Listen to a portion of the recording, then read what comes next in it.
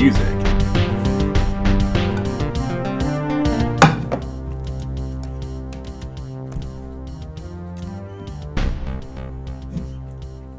I'm Mr. Leo. I got my usual peanut butter toast. All right. Let's finish this game. How about it, guys? Let's see here. Let's see. How's it going today, Mr. Leo?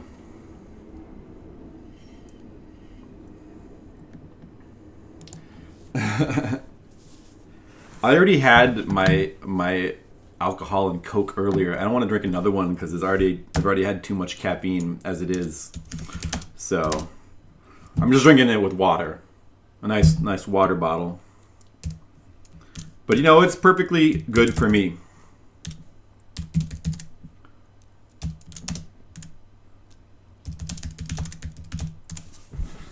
Perfectly good enough for me. Don't worry about me. Lasagna and guacamole. Interesting combination. Lasagna and guacamole, I see.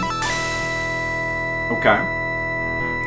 With lasagna, let me just ask, did you use the guacamole in the lasagna? Maybe, perhaps as a substitute for the ricotta cheese?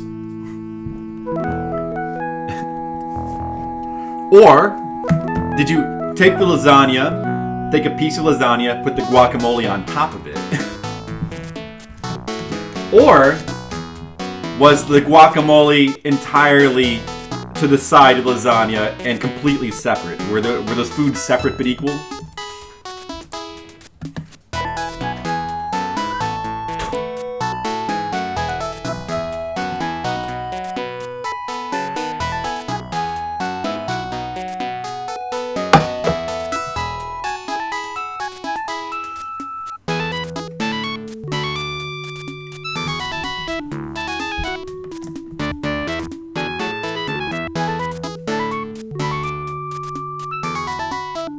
Hot over time. Oh, super hot guacamole.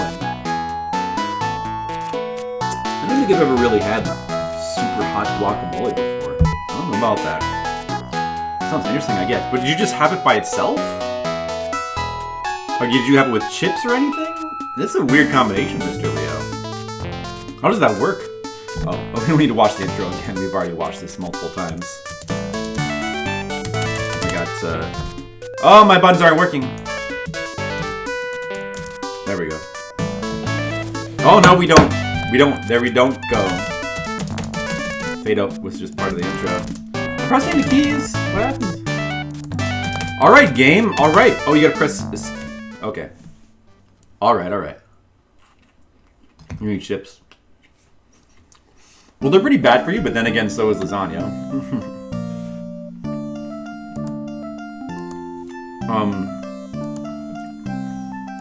I like chips. You know, I will eat them. I mean, if I'm having guacamole, it's like hard to not have chips. But then how do you eat the guacamole then? Just by itself? That's definitely different. Yeah, I guess I eat my guacamole the conventional way. Let us restore our new Flipsider save. Wow! We're gonna beat this game today. Don't worry, we're gonna beat it today. We're gonna beat it tonight. We are pretty far in the game, actually. It's paired with anything. Well, you paired it with lasagna. Wow, it's like a spoonful, huh? Well, I mean, it doesn't sound bad to me. I mean, I love guacamole. I would just probably eat it, but I almost always eat it with chips. Alright guys, new chapter. Recognize the music? Let's read the paper first.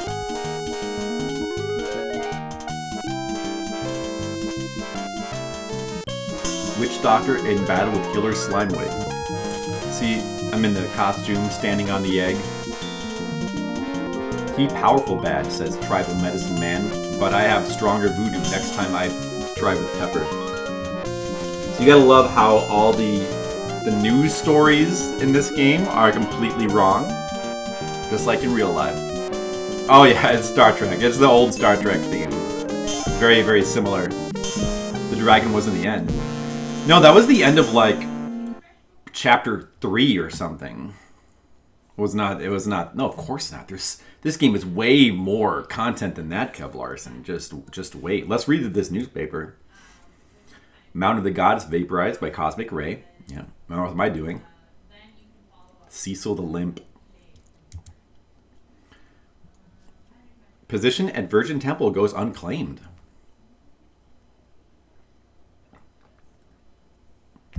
The man on the waiting list was number 698,493, but he didn't show up to claim his job.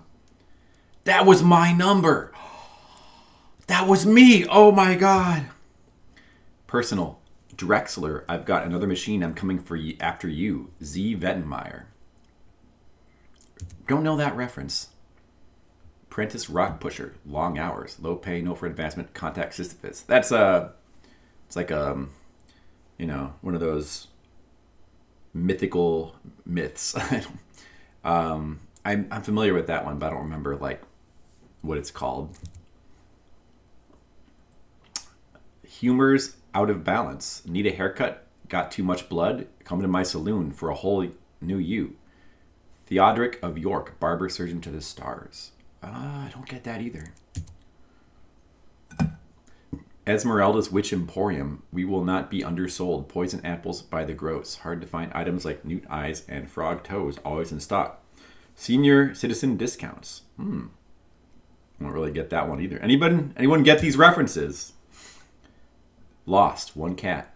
Last seen entering sealed box. Contact E. Schrodinger. Schrodinger's cat. I get that one. It's a good one. Lost all sense of proportion and decency. Madonna. Another Madonna joke.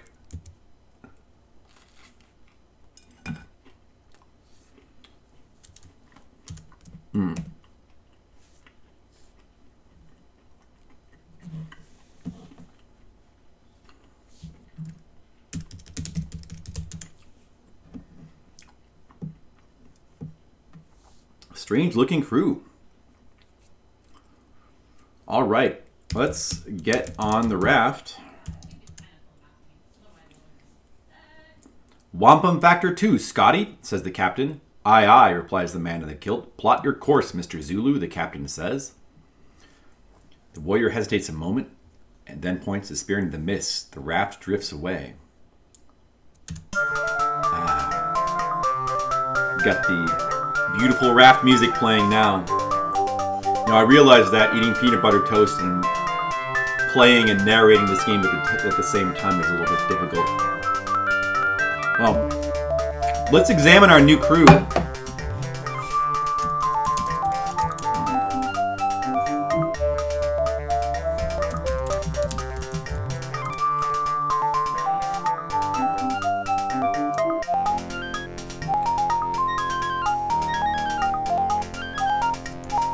The captain's chair.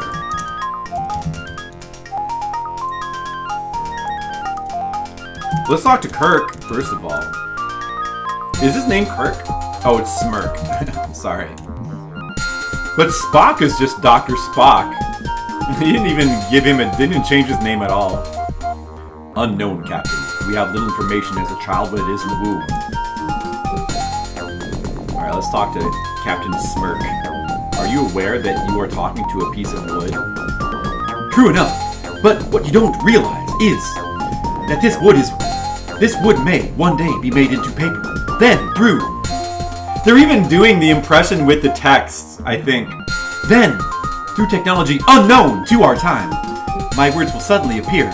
Reason enough, I believe, to create this transcript for the ages. They're totally doing the impression, or they're trying to do the impression through the text, the Kirk impression. I love the Kirk impression. Tell me what you really think of Captain Picardy.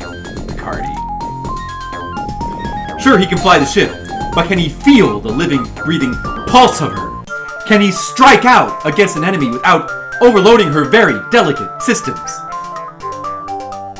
Are you guys getting this? Any other Star Trek fans here?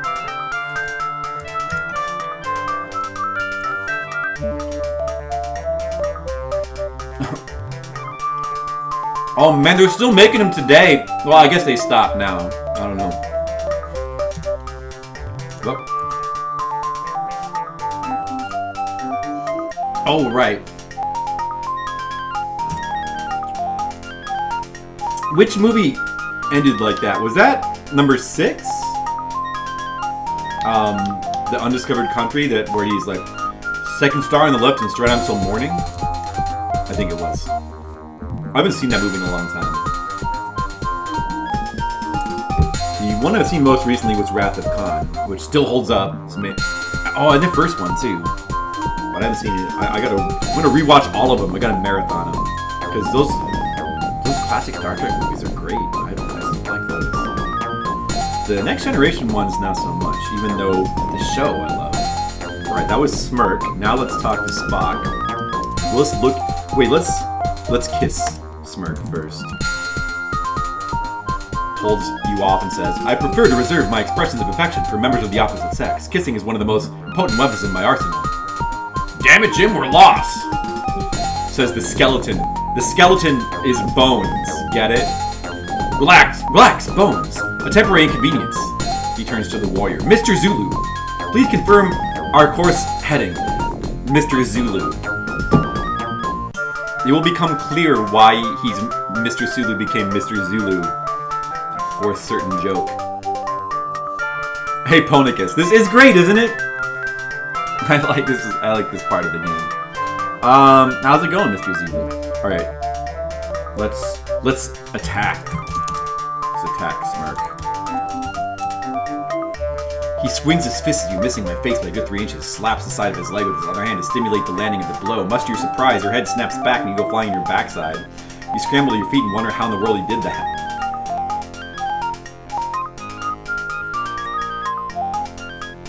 Alright, let's talk to Smock. Let's look at Smock first. Oh, his name? Yeah, Spock. His name is just Spock.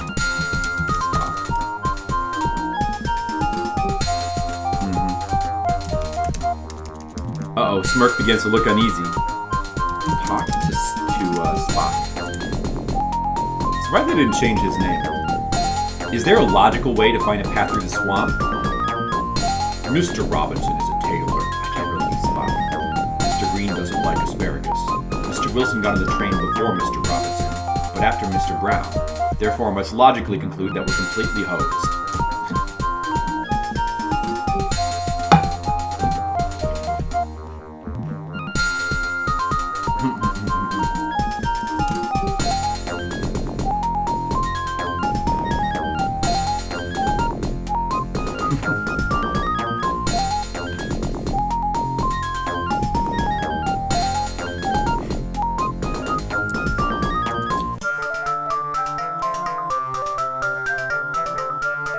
Virgin, the penguin, and the duck. Wow. May the force be with you. Wrong movie. Oops, sorry. Live long and pay rent. Better, but still not right. Live long and prosper. Bingo. Now get out of here, you chucklehead.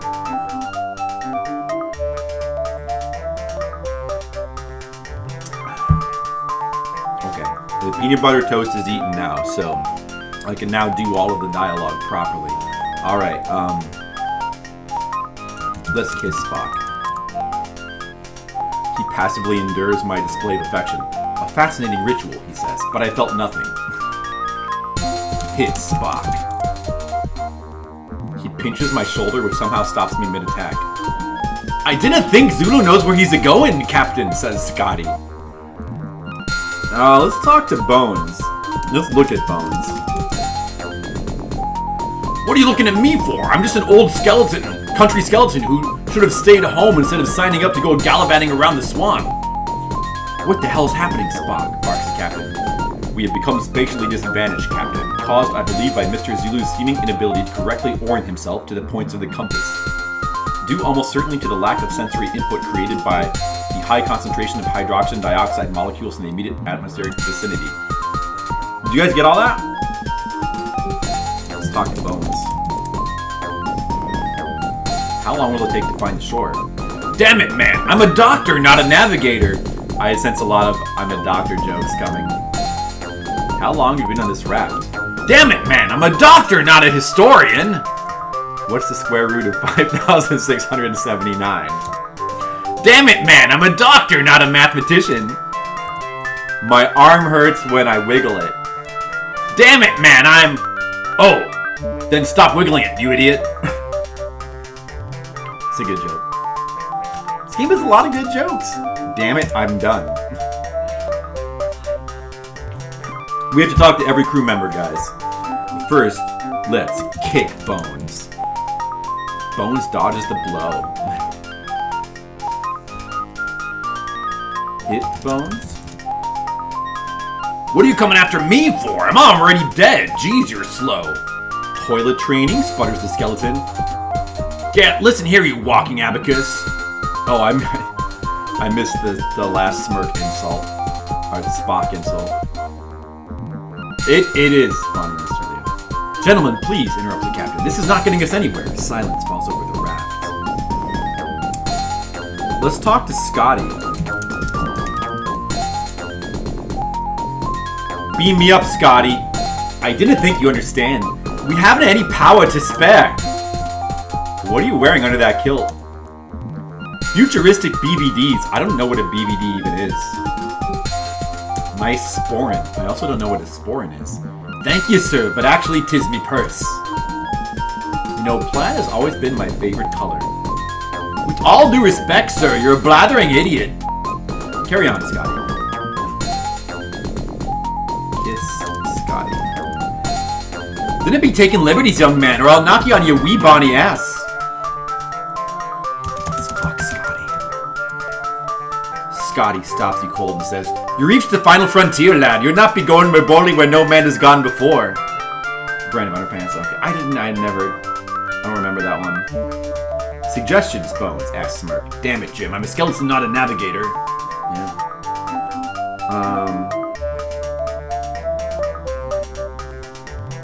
Can we talk to Zulu? The warrior just shakes his head and stares into the mist. Well, Mr. Zulu, the captain asks. Zulu stares miserably into the mist, but says nothing. Maybe if we hit him, he'll jog his memory. Hit Zulu. He easily fends off your attack with his shield. I never should have signed up for this sequel, mutters the skeleton. Let's kiss Zulu. Quick rattle of the spear changes your mind. We're not getting anywhere at all, sir, says Scotty.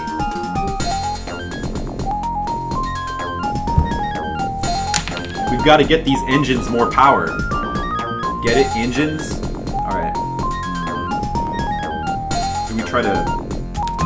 fuck Kirk? Smirk? No, I don't think so.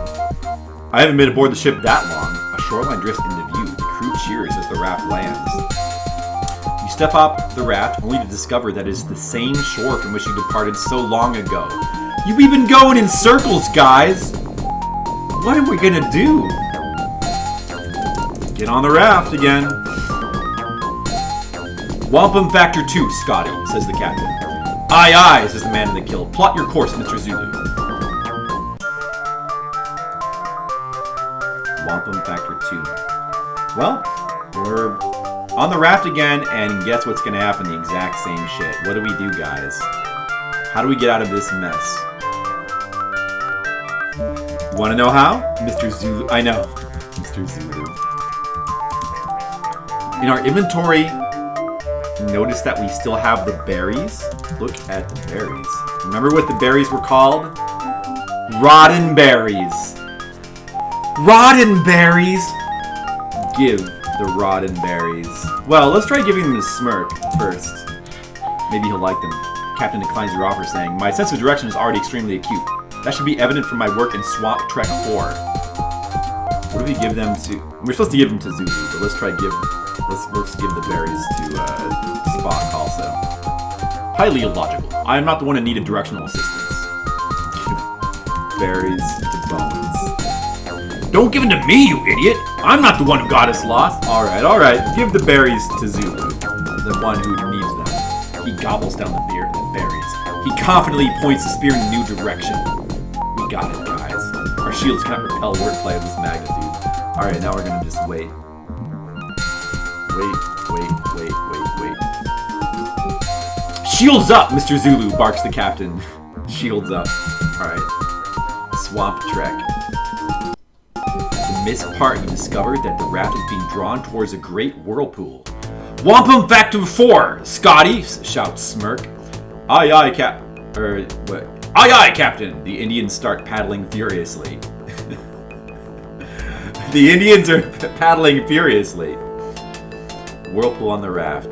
Alright, we're in a whirlpool. That's bad. Let's look at the whirlpool. Look at whirlpool. You are on the edge of a giant whirlpool. Despite the Indians' frantic efforts, the raft gets caught in the currents.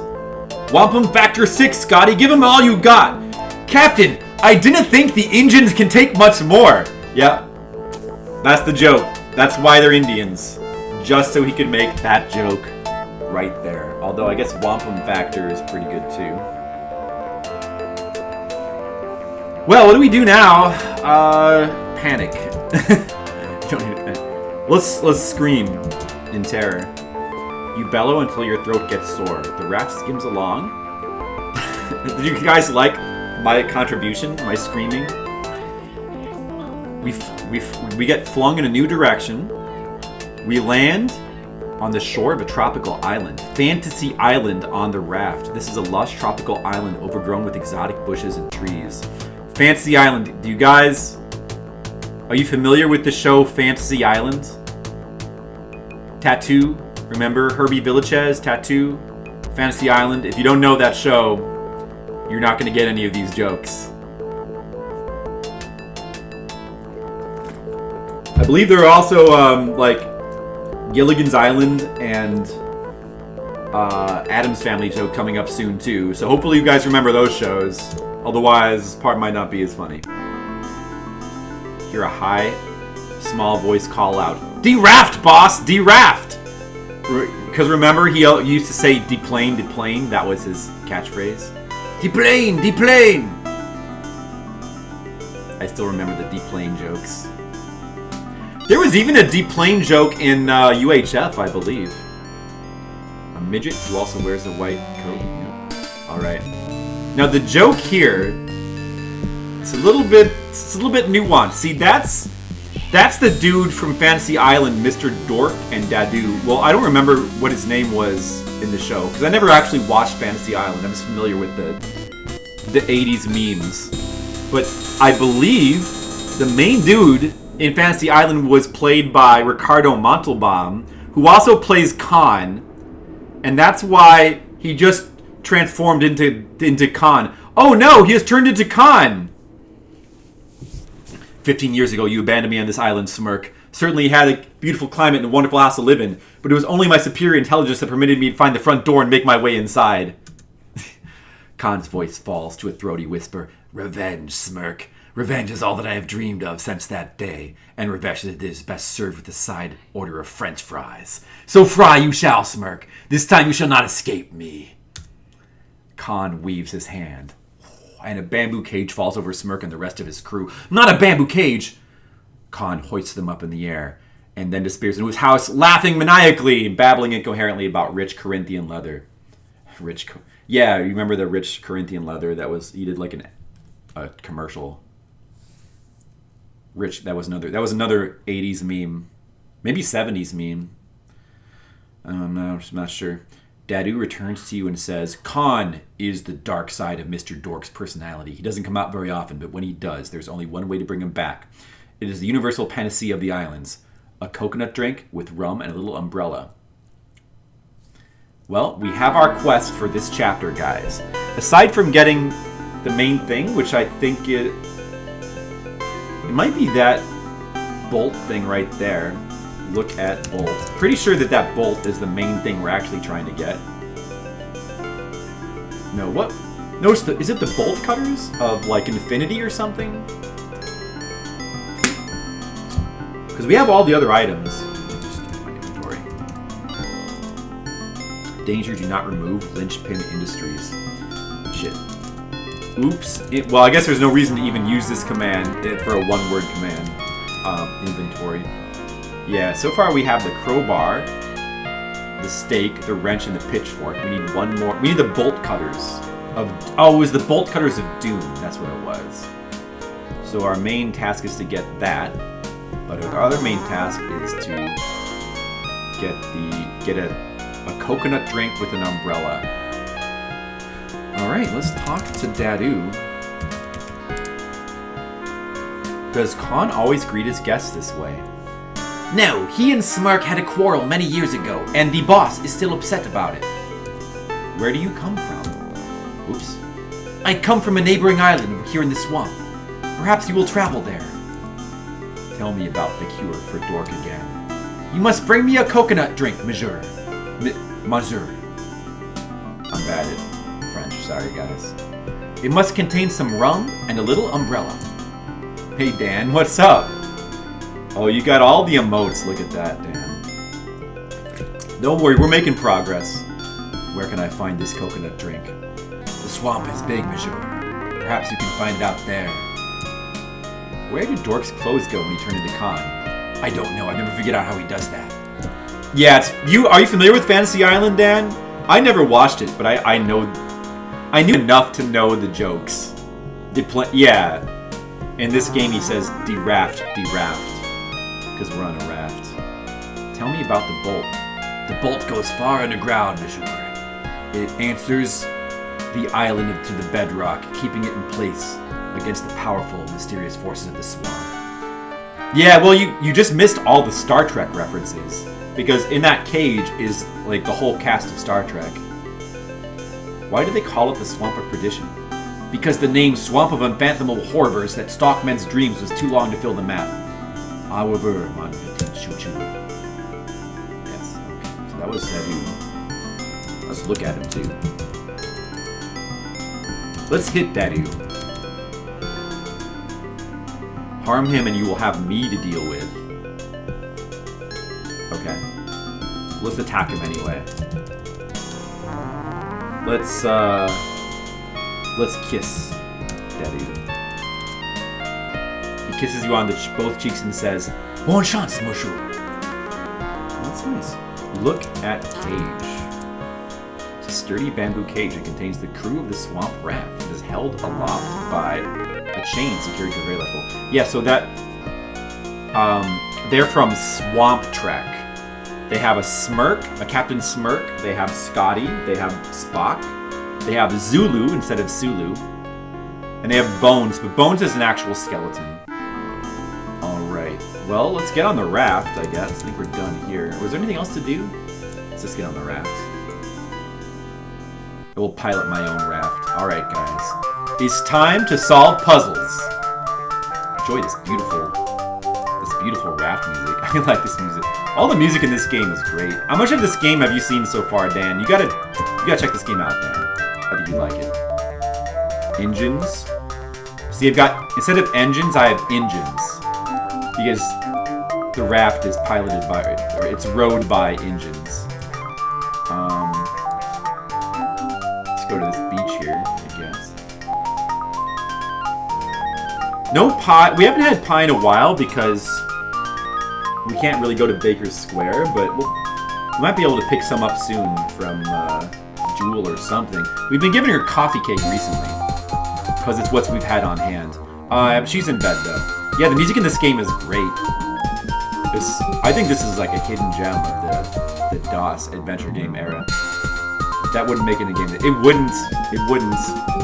That's why we don't play games from today. Alright. Murky swamp. I don't think there's any... Okay, let's just leave this area. Sit in the raft. Okay, that's just a empty beach. We don't want to go there.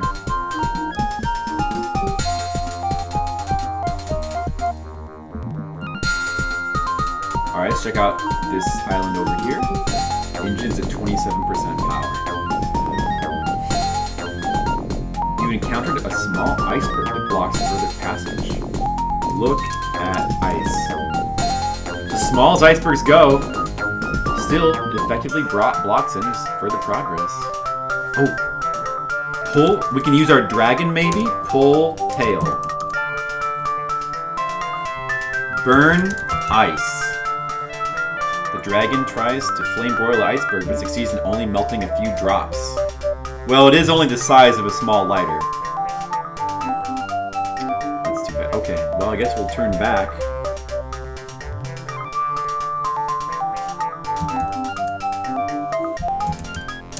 Sit in chair then.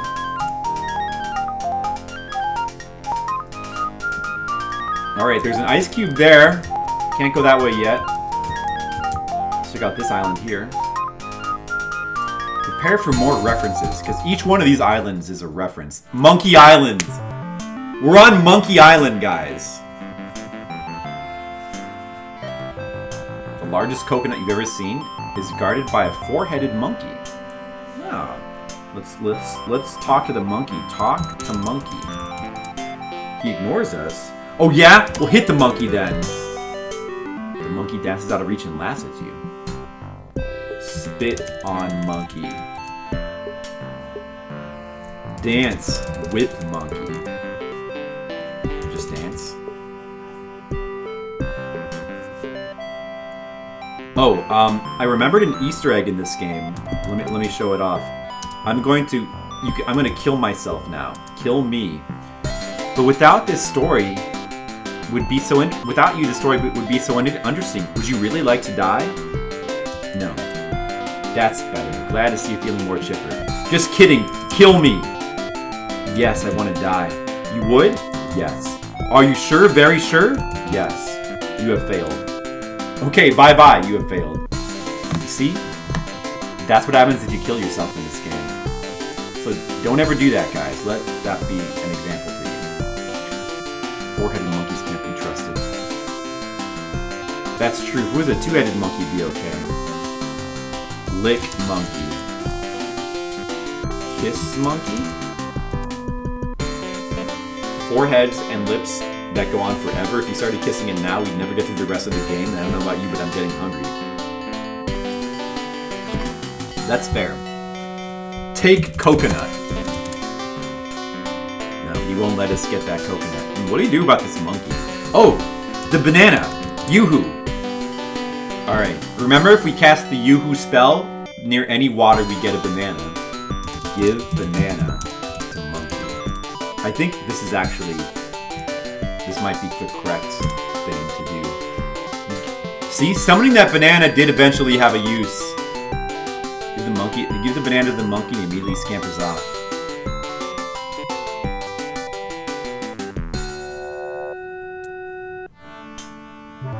He looks as if he's gonna be there for a long time. Alright. Now can we take the coconut? It's a little bit big though. Alright. What's to the east? Is that just the raft? Oh, okay. We got the coconut. That's good.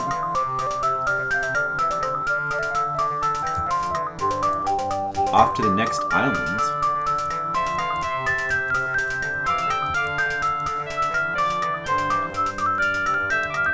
But that coconut seemed too big to use for a drink though. And also, how are we gonna cut the coconut open, guys? We gotta make a rum-filled coconut drink with an umbrella.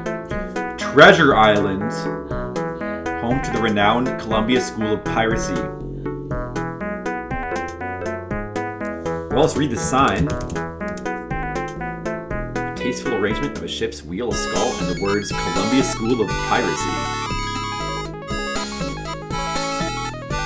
Oh, what do we do here? Let's see.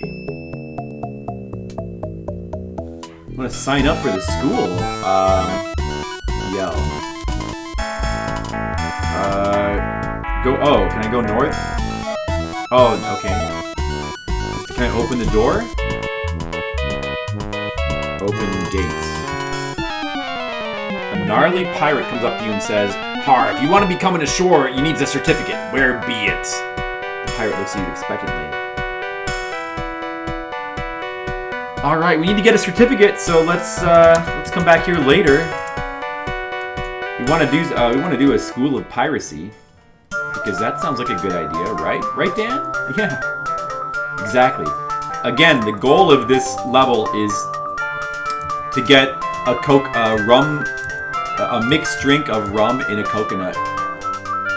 That's our goal. Let's go to this island. 2 islands left to explore. Oh, there's also the whirlpool. I don't remember. Lilliput on the captain's chair. Lilliput. All right. You were moored alongside a very small village. Conveyor belts. Welcome to our small island. For obvious safety reasons, we cannot allow you to come ashore. However, if you were here as a merchant, just put whatever you want to sell on the conveyor belt. When it comes out the other side, it'll be shrunk down to a manageable size. Alright. So you can shrink things here. Okay, remember that. Put coconut on belts. Look at coconuts. Alright, now we have a normal sized coconut. You see, it's just that easy. Is there anything else we want to shrink? Not right now, I don't think. Let's just look around. Is there anything else we can do here?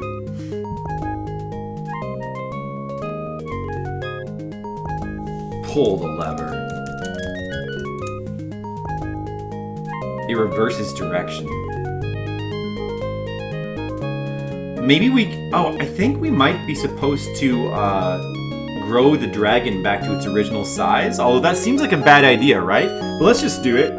Put dragon, because that way you can melt the iceberg. Put dragon on belts. A full-size dragon emerging the other end.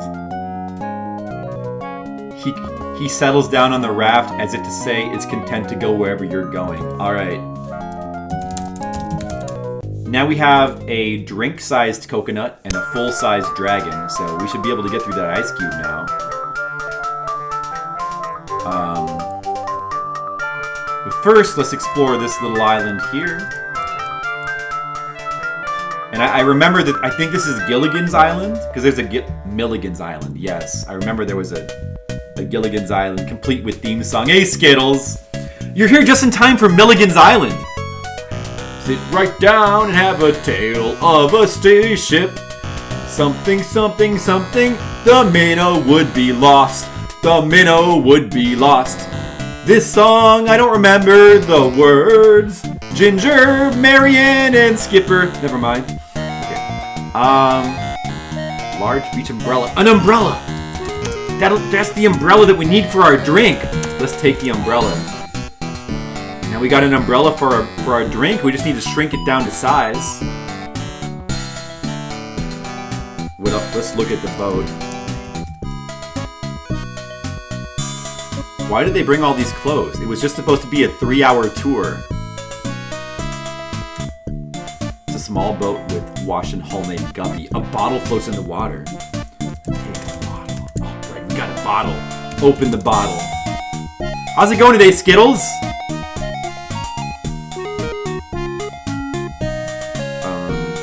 Look in the bottle.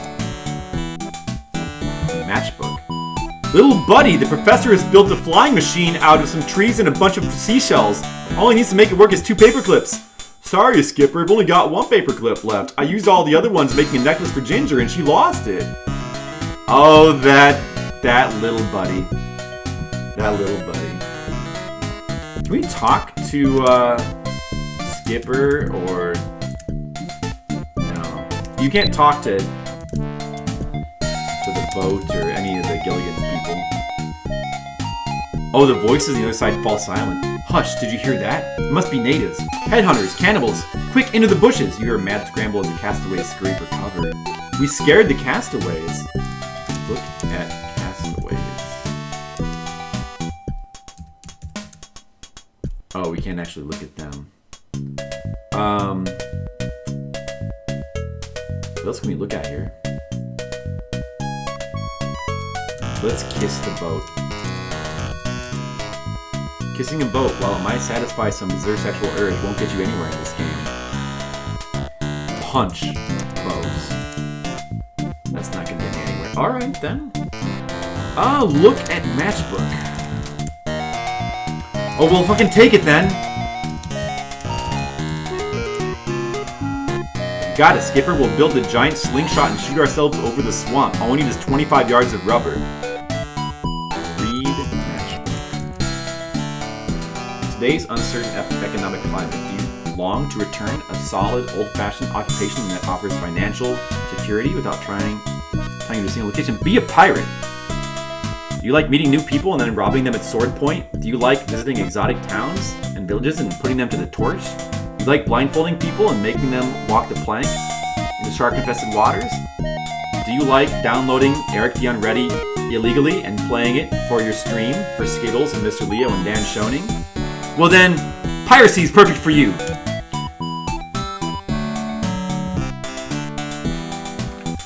Oh, I forgot about this shit. We have to connect the dots. Do we use the mouse for this? Yeah, we do. You have to actually, they have a connect the dots puzzle in this game. That's very silly. Guys, I think I'm doing it. I think I'm doing it. I think I can solve the puzzle. Oh my, wow. Did I do it? I'm a genius. You're probably saying to yourselves, how did he do that so fast? First try. Alright, was I supposed to, what am I supposed to do now?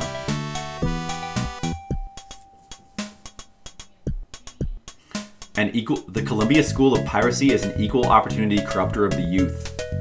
Not affiliated with the Columbia School of Abacus Training. Allow 15 minutes for round-trip bottle delivery. Mileage may vary. Alright, we're gonna put... I think we just put the matchbook back in bottle. Close the bottle.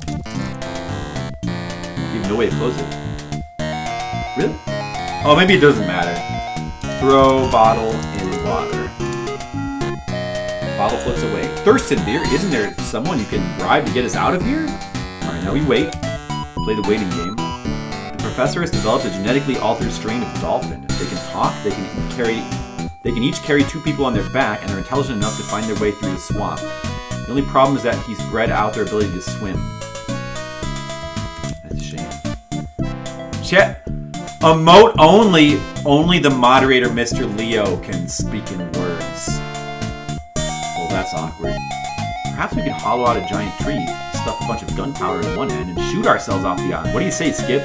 Shut up, Milligan! Alright. Get the bottle again. Take the bottle. Open bottle. I guess it's already open. What's inside the bottle? Is there a note? Oh, this is certificate. Take certificate. Spelled correctly. Read it. Congratulations, you've qualified to study at the Columbia School of Piracy. Alright, that was pretty easy. I believe we are done here.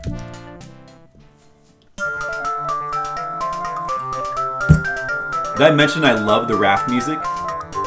Alright, we can go through the iceberg, but we can also do the School of Piracy.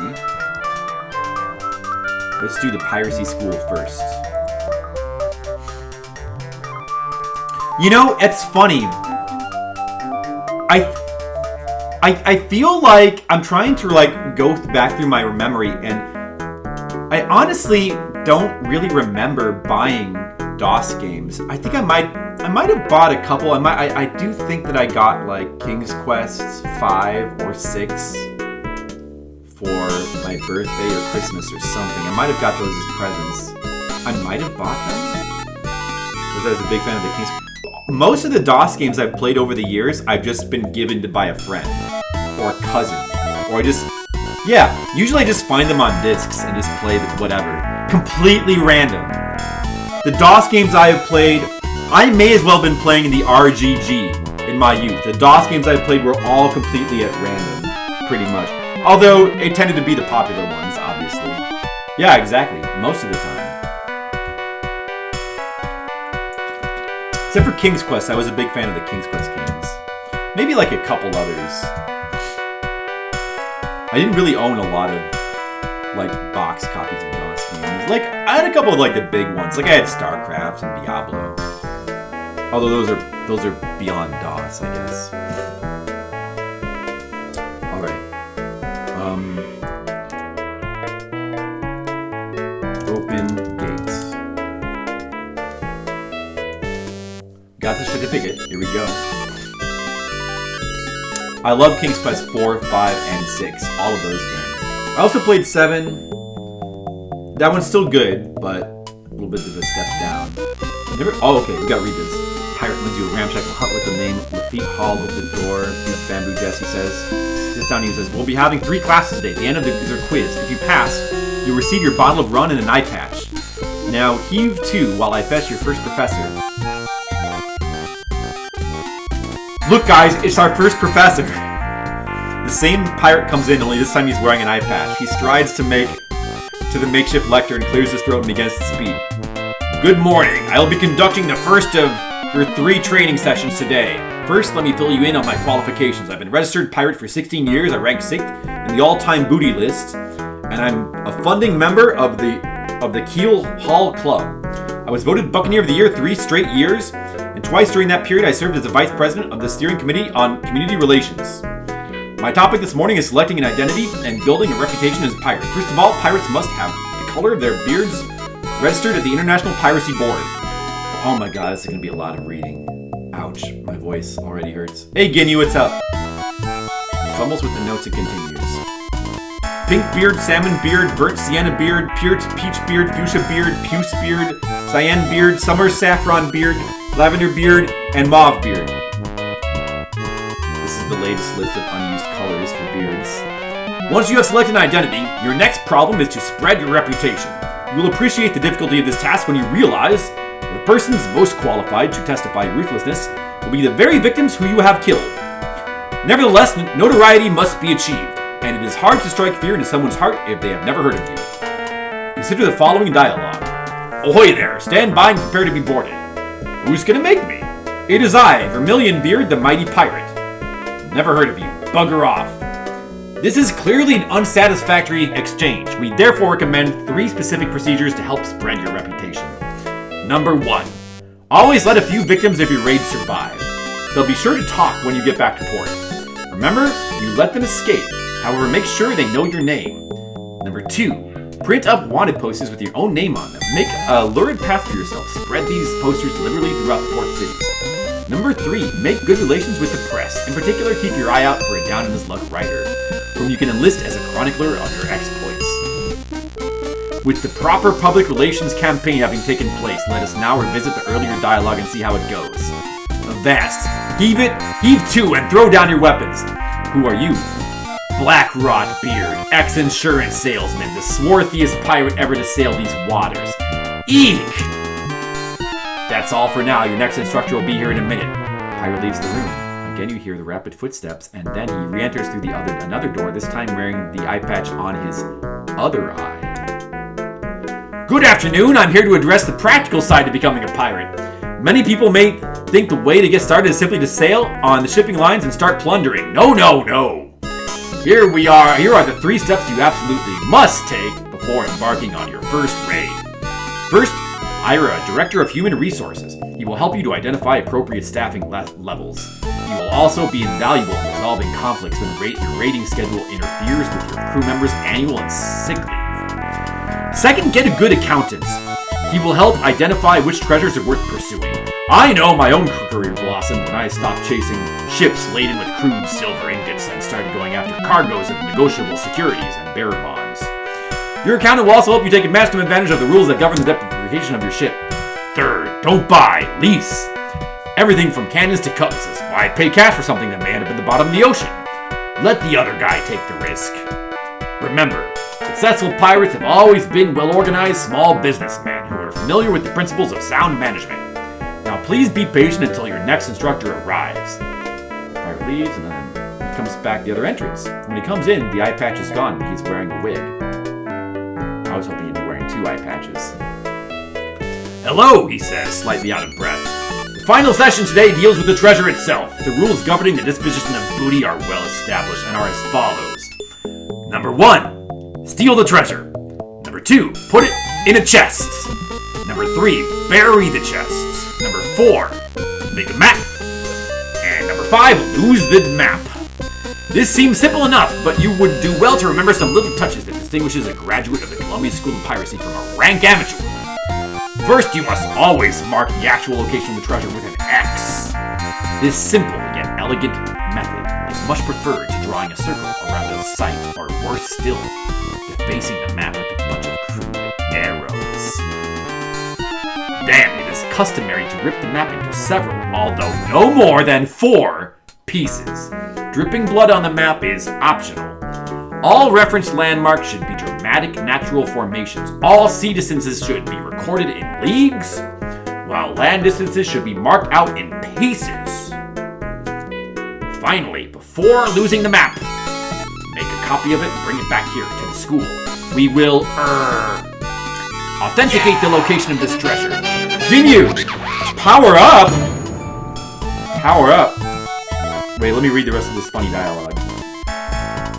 And then dispose of the map in such a way as to encourage fortune seekers and treasure hunters to do this solely as public service to the region to ensure the broad tourist base and continuing the influx of money and outside money.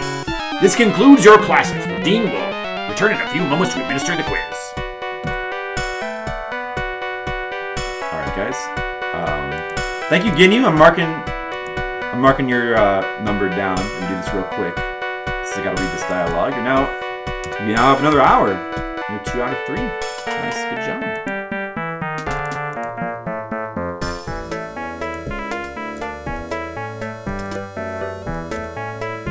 Oh shit, there's a quiz. I'm missing the quiz. Your first... Well, I probably don't have a time limit, right? Let me just... Hopefully I don't have a time limit. I don't think I do. To change the color of this font. Sorry, 1 second.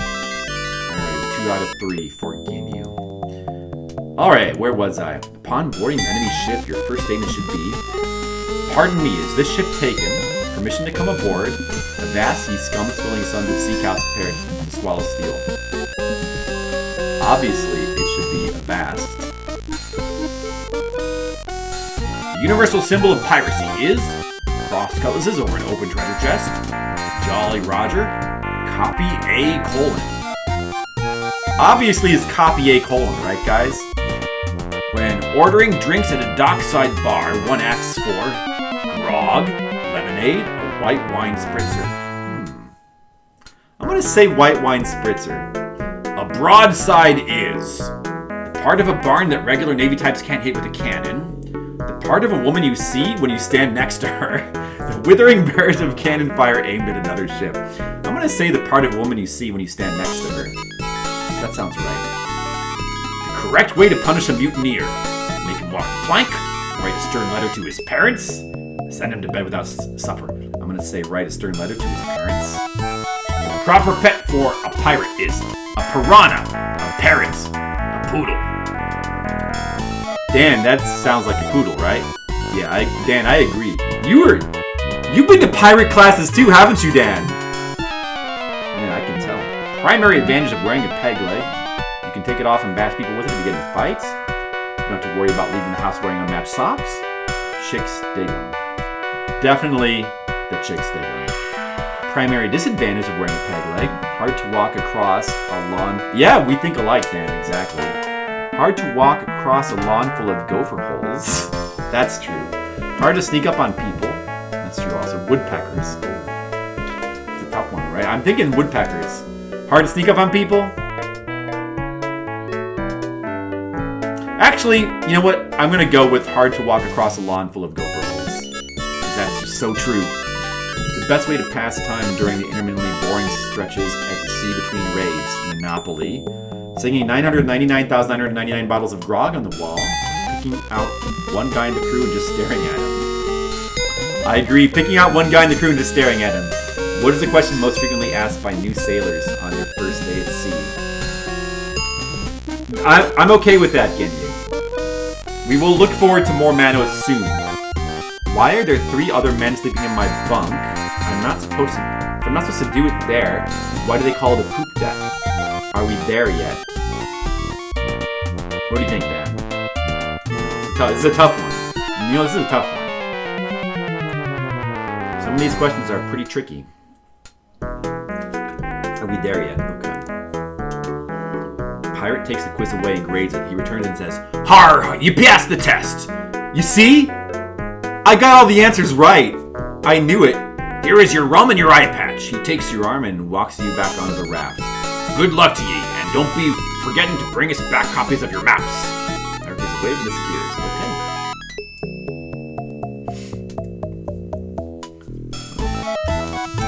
Pirate time is over. I wonder if that guy knows Luffy. Look at the rum. Clear golden liquid. Drink. Let's drink the rum, guys. Immediately, take a sip of fire, nice in your belly, and spreads quickly to your legs. Before you know it, flames come out of your feet. You do a complete loop-to-loops. You come crashing back earthward. The pirate happens to be wandering by says, they must be watering that stuff down. Alright.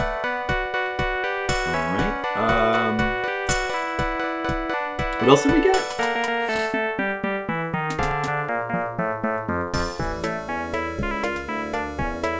Did we get something else? Oh, the eye patch. Let's wear the eye patch.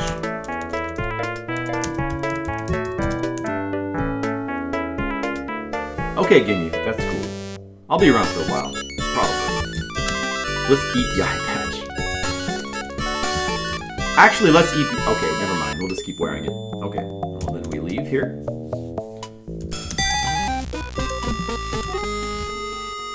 We've done what we need to do there. Did you guys... Listen. Did you all learn something about being a pirate?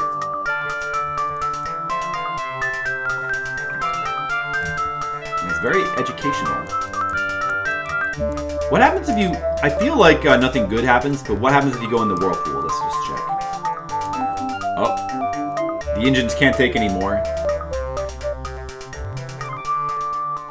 Oh, it just takes you to a random area. That's no good. That's not what we want.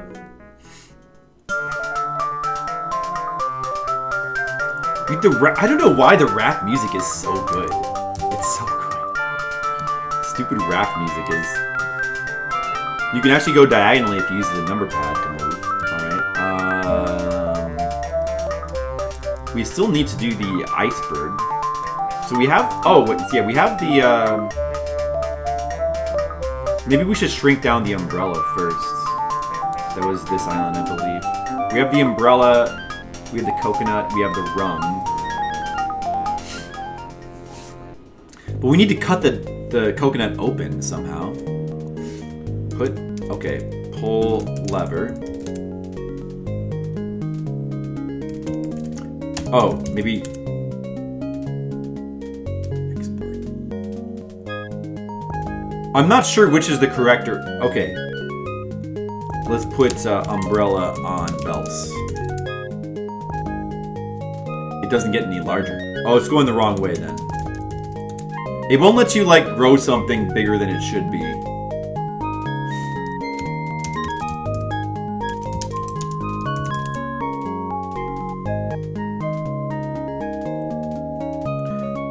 Now we have a small umbrella. Put umbrella in coconuts. The coconut isn't open. Well, obviously we can't do it that way then.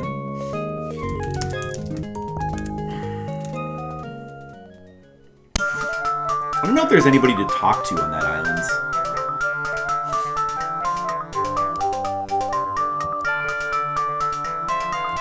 Now we go deal with this iceberg.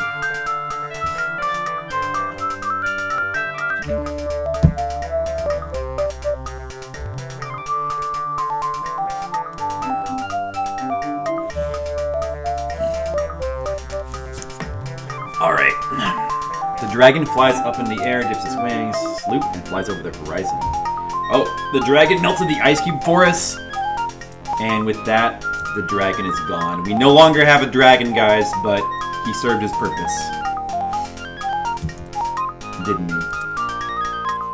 Can I salute the dragon back? Oh, never mind then. Wave to dragon. Oh, you don't? You can use wave. Oh, you can? I thought you... Okay. Well, anyway.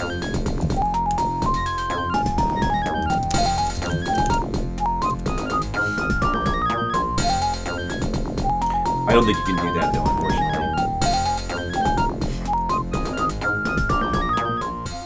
Knoll Island. Oh, this is the Addams Family one, I think. The Knolls are enjoying a quiet family meal. You stand up and take a look around. Hardly any blood at all. Oh, how disappointing for you. Recognize the music? Well, it's not exactly the Addams Family, but this is... Instead, it's just a bunch of Knolls. Look at Knolls. I think that they will eat us if we, like, go up to them or try to talk to them. And if you do it real quick, its heart is still beating. Cool! A mutated cross between a gnome and a troll. Yeah, they are altogether kooky.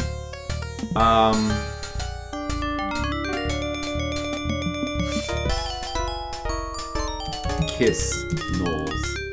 Let's try talking to the Knolls. Talk to Knolls. But this will probably get us killed. Shh, that's not vegetable soup they're eating, a small voice whispers. Chopped into so many parts it took me a better part of 2 hours to put her back together. You're so lucky to have such interesting work. Okay. Look at table. All kinds of Knoll delicacies. Oh, here comes Grandma. Hey, Grandma! Let's try doing some random things. Oh, that gets us killed. As soon as you draw attention to yourself, the Knolls leap up and capture you. Ooh, dibs on the frontal lobes. Can I have the spleen, Mommy? Please, can I? Can I? You have failed.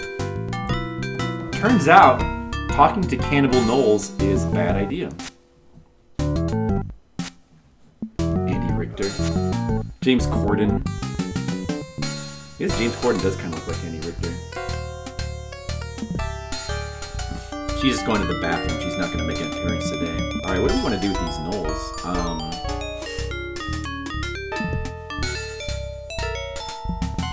Look around. I'm not sure, actually. I don't remember.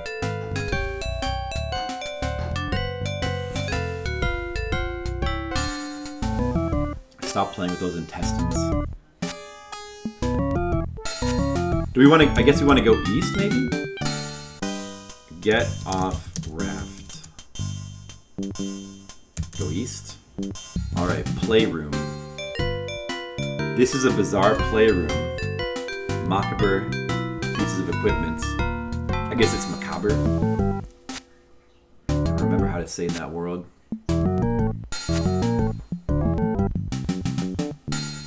Ooh, child-sized instruments of death and torture. That's nice. Look, so many torture instruments to play with. Look at gallows. So, do you guys... I remember what to do here. Do you guys, can you tell what these torture instruments are for? Anybody, have any ideas? There's one of these in particular that will do something good for us. A lethal-looking rope. Hang from gallows. Can I do that? Okay. Look at rope. Get on rope. I regret that I have but one gallows to give to this game, especially because it's too small for you to use. I'd go with the hanging. Yeah, I wonder what else we could do here. Get on guillotine. Let's try that. You think about chopping off your head, but then you reflect on the good times the two of you have been through, and decide you've become too attached to it. Yeah, that's true. Get on rack. You're too big to get any use out of the rack. Okay. Sit on electric chair. We'll just say chair. You're almost all the way through the game. Why give up now?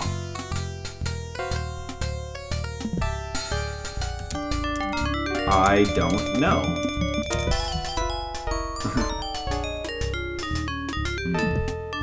Let's try again. Sit on chair. Sit on chair! Oh. Cuz. Yeah, alright, I guess we can't sit on the chair. Well, anyway, what we're supposed to do is put coconuts on Guillotine. If I spell that right. Alright, we now have an open coconut. Now we can pour rum in coconut. We can put umbrella in coconut. Mix rum? Oh, you don't need to mix. I don't... We might not... Oh, the milk.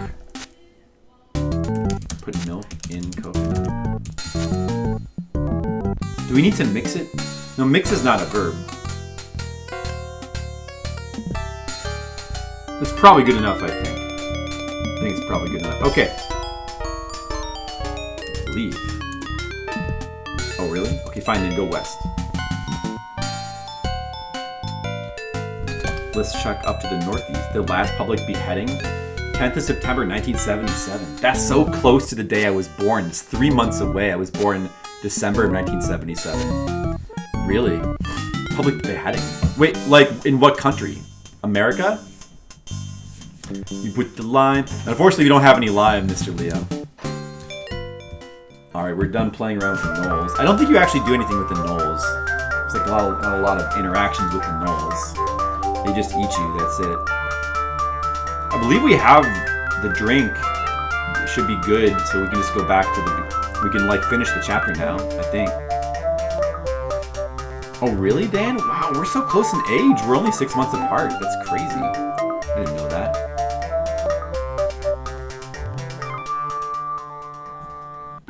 Jen! I'm gonna save Captain Smirk, Spock, Scotty, and Bones. Captain Smirk? Yeah, from Swamp Trek. I see. Yeah, I gotta save him from Kong on Fantasy Islands. Okay. Show drink to Dadu. Oh, something good's gonna happen now. I passed pirating school. Mr. Leo's correct. I'm very impressed. I can tell. I'm so grateful that you called me here. I'm doing voice acting. Are you? Wow, now that's a drink! The midget produces a lime from his pocket and says, "You put the lime in the coconut, then you'll feel better." That's what Mr. Leo said! What a coincidence! Ryan. Small world. Hold the phone. Yeah. You're doing I'm not holding voice, there's no you're phone. You're doing voice acting? Then he goes off to the house. Soon afterwards, he appears with Mr. Dork trailing after him. "Please accept my most profound apologies, Captain Smirk. I don't know what it is that came over me." Your voice acting is just you speaking in a slightly faster cadence. Isn't that just what voice acting is? Come on, guys. Dork produces the bolt cutters of doom and hands them to you. "Here, my friend. Free your compatriots." Oh my god. You snip the bolt in half and the cage falls to the ground. "The chain!" Dork yells. Oh, that was Dork. That's not Kirby Little Chess. "You're supposed to cut the chain. That bolt is the only thing..." Oh, this is tropical. It actually fits the theme of this island. Yeah. "That bolt is the only thing that holds this island together. Run for your lives." Good night, Grandma. Good night. We'll miss you. You hear a low rumble, which is quickly followed by a geyser of water that erupts below your feet. Blasting you high in the air, you land on the mainland with the tidal wave bearing down upon you. You race away from it. Tripping and stumbling. When his fury subscribes, you collapse exhausted to the ground over a sound of black gate. Wow. That was quite an adventure. What do you think, Pineapple? That was quite an adventure. Hold on, Pineapple. There's cutscenes. Okay, Eric, you're all set. All you need to do now is break into the witch's castle and get L'Oreal out of there. Once you've got her outside the black gate, blow the whistle that she wears around her neck. The whistle will summon Pegasus, a winged horse. Get on his back and he will carry you and L'Oreal home faster than you can blink your eyes. Wait, let me see how fast I can blink them. Pretty fast. But remember, Eric, the prophecy says that Fudd will die at noon. The Bears game should be over by then, so I will be waiting at the king's side, unless they go into overtime. You must deliver L'Oreal before the clock strikes 12, or Griselda will inherit the kingdom, and all will be lost. Hurry, Eric! You have not a single moment to waste. Oh, shit. Oh, I do hope I've remembered everything. It's been ages since we had a wedding here at the castle. The horses' heads are all boiling. I've gutted enough dogs to feed a small army. There's plenty of spleens on all the tables. There's a circle on the floor in the Great Hall, so the stupid beast will know where to stand during the ceremony. The IKEA Cafe. No, this looks way nicer than that. The minister is roaring drunk. That sounds like every wedding. And the bride is still pinning her hopes on that incompetent knight. I guess nothing can go wrong now. Right, Pineapple? Right. Everything will be great. You know what? What, Pineapple? You put the light in the coconut, then you feel better. That's true. Thank you. All right, that was the Pineapple. Offering his support to the stream. We gotta appreciate that. Now look what we have here. We're at the final level, guys. Perhaps we should save again. Let's do another save. Another flip cider save. What? Okay. Saves. Well, first of all, is this lime coconut combo a cure-all? Oh yeah, it is. Cures everything. Look around. A gloomy place. Well, looks like we know what happened to that Candygram, guys. Oh, we gotta take the paper, of course. The final newspaper of the game, I believe. Let's read it. The giant knight stalks countryside. Eric grows 150 feet overnight. Experts baffled. That's because of Lilliput joke. Swamp vanishes with big sucking sound. Swamp of Perdition disappeared yesterday in what experts are calling a self-sucking stasis field. Wow. Fools, hats, and chamber pots, new fashion trend. That's funny. Help wanted. Handmaiden to the gods. Must be able to carry multiple steins in one hand. Must supply own breastplates. Blonde preferred. Right Valhalla Industries, care of Morty. Help wanted. Assistant whitewasher. It's not just a job, it's an adventure. Thomas T. Sawyer.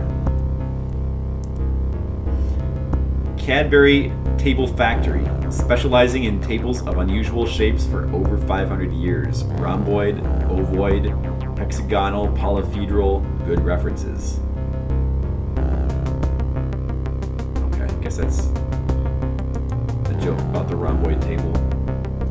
Windsor Constructing Company. There will never be better time to buy one of our newly constructed castles. Spacious dungeons, lofty towers.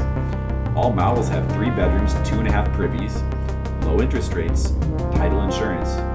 Convenient to schools and shopping. Call now and throw in the serfs. Windsor Construction. I don't get that one. Step-parents, guardians, has a small child with pretentious future been left in your care? You tired of black-cloaked figures skulking around taverns near your home? Your worries are over. Just send precious tot to Ecole des Belles in Connis. Does he have an unusual birthmark? Is a kindly but mysterious traveler with a gray beard stop by every few years to check up on his progress? Does he occasionally stand stock still with his eyes glazed over? Answer yes to any of these these questions, then the Ecole. I don't get that one either. All right. Good newspaper. Well, let's take the Candygram.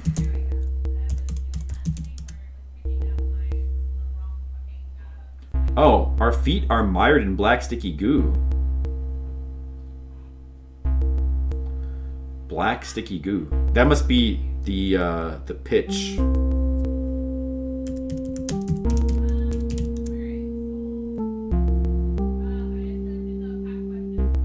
Do we use the pitchfork on the pitch, I think? Use pitchfork on pitch. Or what other items do I have? It's gotta be pitchfork. Hits pitch with pitchfork. Plunge the pitchfork into the tar. Bend your knees, give it a good heave. The tar flies over your shoulder, wrenching the pitchfork from your hands as it goes. You hear a splat and a roar. Just in time to see an enraged, tar-covered 12 Fant lumbering out of sight. Alright. That's one of our 5 special treasures down. 4 to go. Take Candygram. Can we open the Candygram? Usually when people speak of death by chocolate, they are thinking of a slow, lingering, and very pleasant experience. This is nothing like that. Having 10 pounds of high explosive chocolate blow up in your face turns out to be a fast and very gooey way to die. You have failed. Alright, we failed. Let's undo that action then. We're gonna not open that Candygram, that's for sure. We'll hold on to it though. What is that fine print? We don't have the bungee cord anymore. Read fine prints. We got some new fine print. The Surgeon General of Taurus has determined that this package contains massive explosive charges that will instantly kill whoever opens it. Therefore, it should not be advertised in magazines nor sold to minors, although the government will continue to subsidize its manufacture in the county of North Carolina. All right, we got some other things there. What's that bird? Look at bird. It's a raven. A raven. He wants to snag. Hit the raven. I barely escape with both hands intact. Talk to the raven. Alright, I guess it's strange. Fine. What do we use on the raven?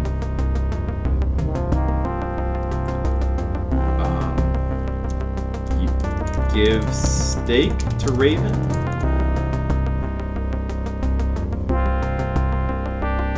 Too small. Bolt cutters. Crowbar. Hit raven with crowbar. That worked.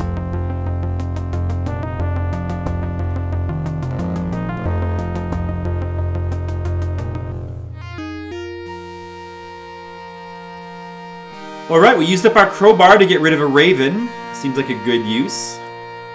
Alright, we got an eyeball there. Look at eye. It follows our every move. Let's poke the eye.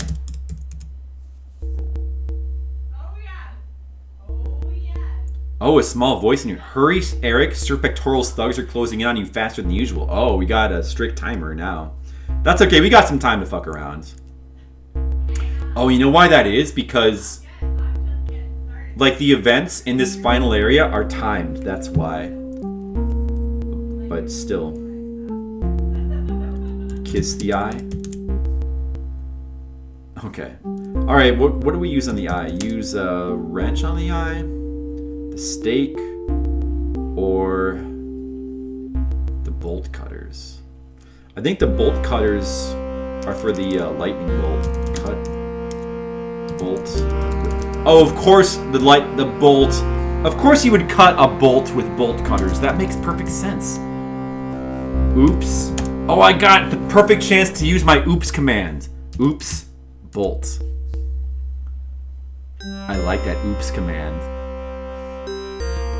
Of course the bolt would be cut by bolt. Oh. The eyeball will not let us do it. It unnerves us.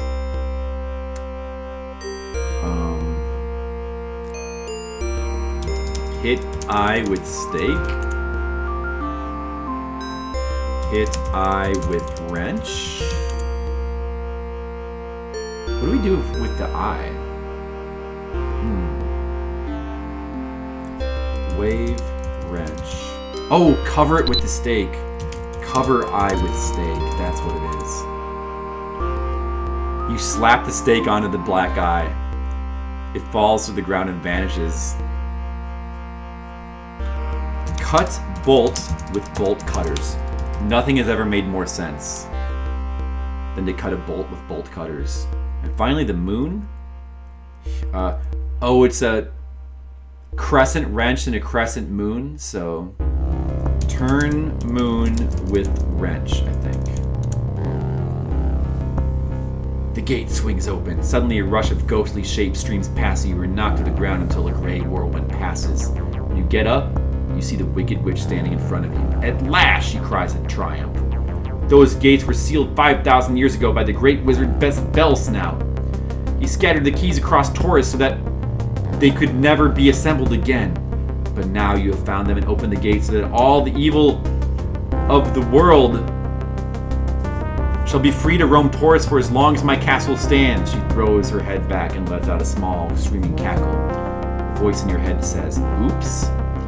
The witch snaps her fingers like this. And you suddenly find yourself in a turret of her castle, cluttered with all kinds of occult paraphernalia. Okay. Well, it's a good thing we spent the whole game finding those 5 magic items only to, like, unleash all the evil of the world. Turns out that was a great idea. Okay. Got a cutscene now? Oh, finally we meet Eric. Finally we meet Eric. You have caused me much trouble this past week. Perhaps now I can return the favor. Much as I would like to, however, I cannot attend to you in person. The wedding of your precious L'Oreal is due to start at 11 o'clock, and I still have some final preparations to complete. Who would have thought that a simple half-hour ceremony would require so much work?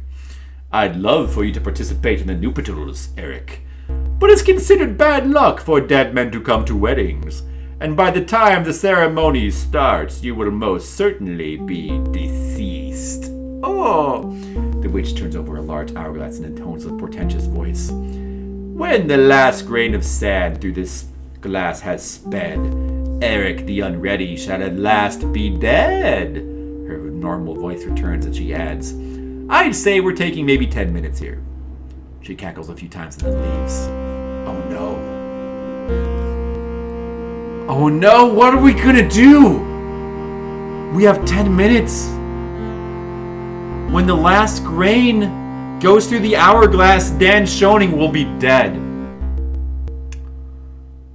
There's no way to solve this puzzle, Dan. I guess the game is over. Maybe if we break the hourglass? It appears to be invulnerable. You can neither break it nor get at the sand inside of it. Mr. Leo, what are we gonna do? How are we gonna make progress now? Wait a second, guys.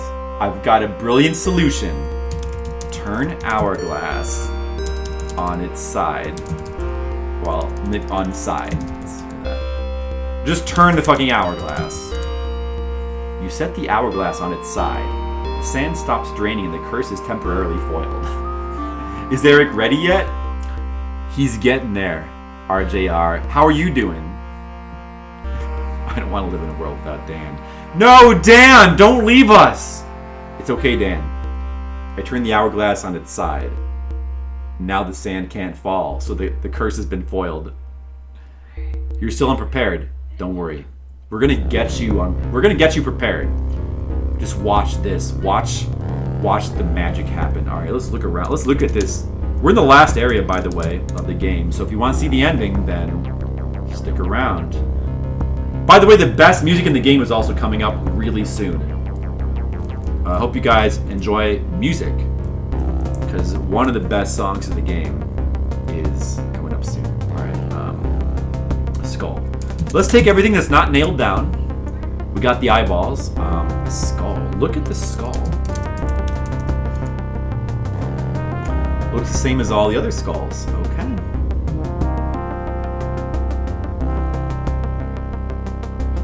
Kiss the skull. That's probably a good idea. Okay, that doesn't get us anywhere. What about the owl? Kiss the owl? No. Talk to owl. Look at owl. You learn nothing. Almost nothing, I guess. There's a book. Read the book. The page appears to be blank. Turn page. Crackle of electricity leaps from the book and singes my fingers. Ouch. Now, I may not remember every little thing I have to do here, but I do remember that it's a timed puzzle and you have to do a certain thing at a certain time. So I don't remember the timing, so we're probably going to fail this chapter and have to restart it at least once. That's why I made that save. This save, I'm pretty much planning to die, so we can just mess around a little bit more. But, yeah, she said the wedding was at 11. It's 9:30 now, so that's part of the puzzle. Oh, look in crystal ball. I'll say ball. Distorted image of the wicked witch fills the ball. I'll get you, my pretty, the witch screams. And your damn dog, too. But I don't have a dog, you protest. The witch stops abruptly. You don't? No. How about a hamster? Nope. Pet turtle? No, I had a goldfish once, but it died. Does that help? Curses, it'll have to do. Where did you bury it? Well, in my mom's backyard. Well then, she cackles. I'll get you, my pretty. And your mom's backyard, too. The witch screams in hysterical laughter and the crystal ball clears. Cold wind blows through the turret, riffling the pages of the spell book and blowing over a new page. Oh! Read the book. You see, guys, it was all part of the puzzle. If you wish to rush where angels don't tread, you must first learn to see through the eyes of the dead. And a word from the wise will then summon my ghost, so that soon you will be where you wish to go most. Do-do-do-do. Alright, can you guys solve the puzzle? It's a riddle. Everybody think about it. Have you guys all got your pencils and paper? You must first learn to see through the eyes of the dead. Well, I don't know about you, but I love to put eyeballs into skulls. Do you guys like that? They instantly light up and the mirror turns opaque. Ooh. Look at mirror. It's gone opaque. Look in mirror. Okay. What was the other thing? Read the book again. I forgot. A word from the wise will summon my ghost. From the owl? Examine owl. Oh!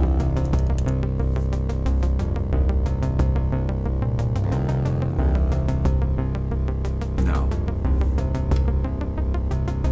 From the wise.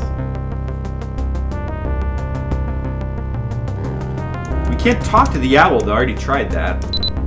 What was a word to the wise? Is there anything else in here? Mirror me. But we saw the wrench too. Go in mirror. Oh, okay. We're still missing something. A word from the wise. Word from the wise. The owl.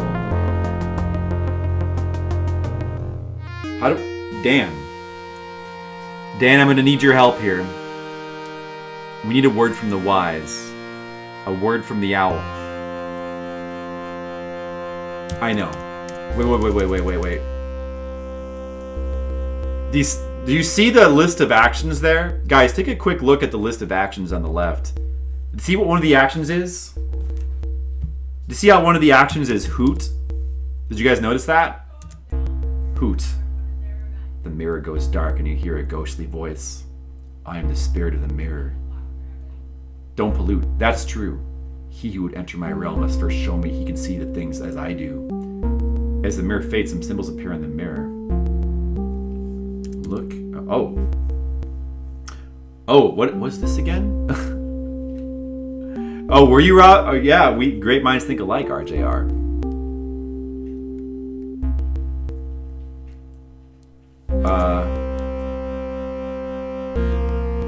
Oh, it's just adding Roman numerals together?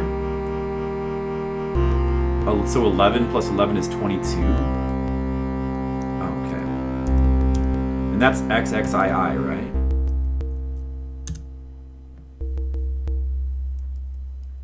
It's just adding Roman numerals together. Thou hast failed!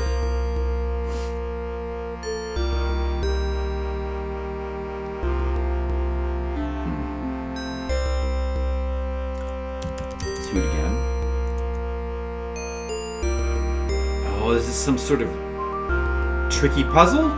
Wait, did I do it wrong? It's 11 plus 11, right? It's not 22? The answer is not 22? 22 would be XXII, wouldn't it? Right? No, that's too obvious anyway, though. And the fact that they're both XI. I mean, it's not XIXI. That would be stupid.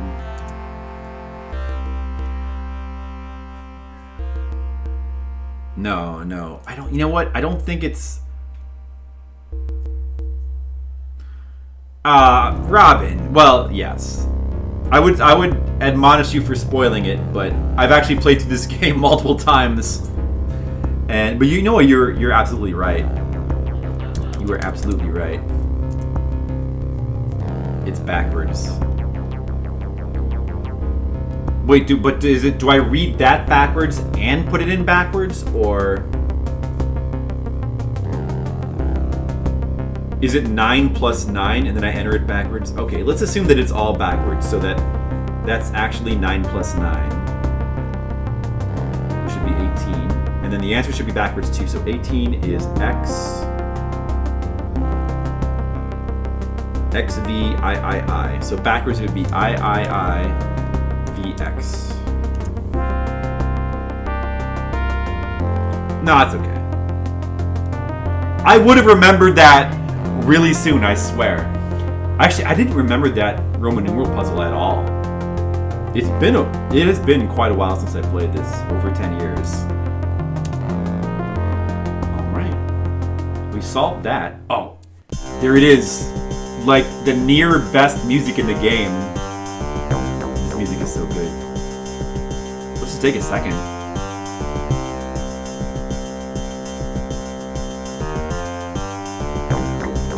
Oh, no, wait, it's still building up. It's still building up.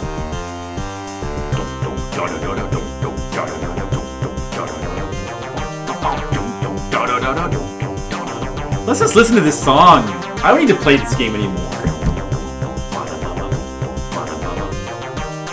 Robin plays is called Arden.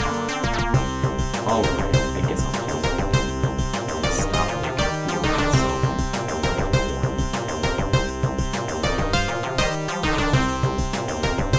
Alright, we're in the secret passageway. It's 9:46. The wedding starts at 11, I believe.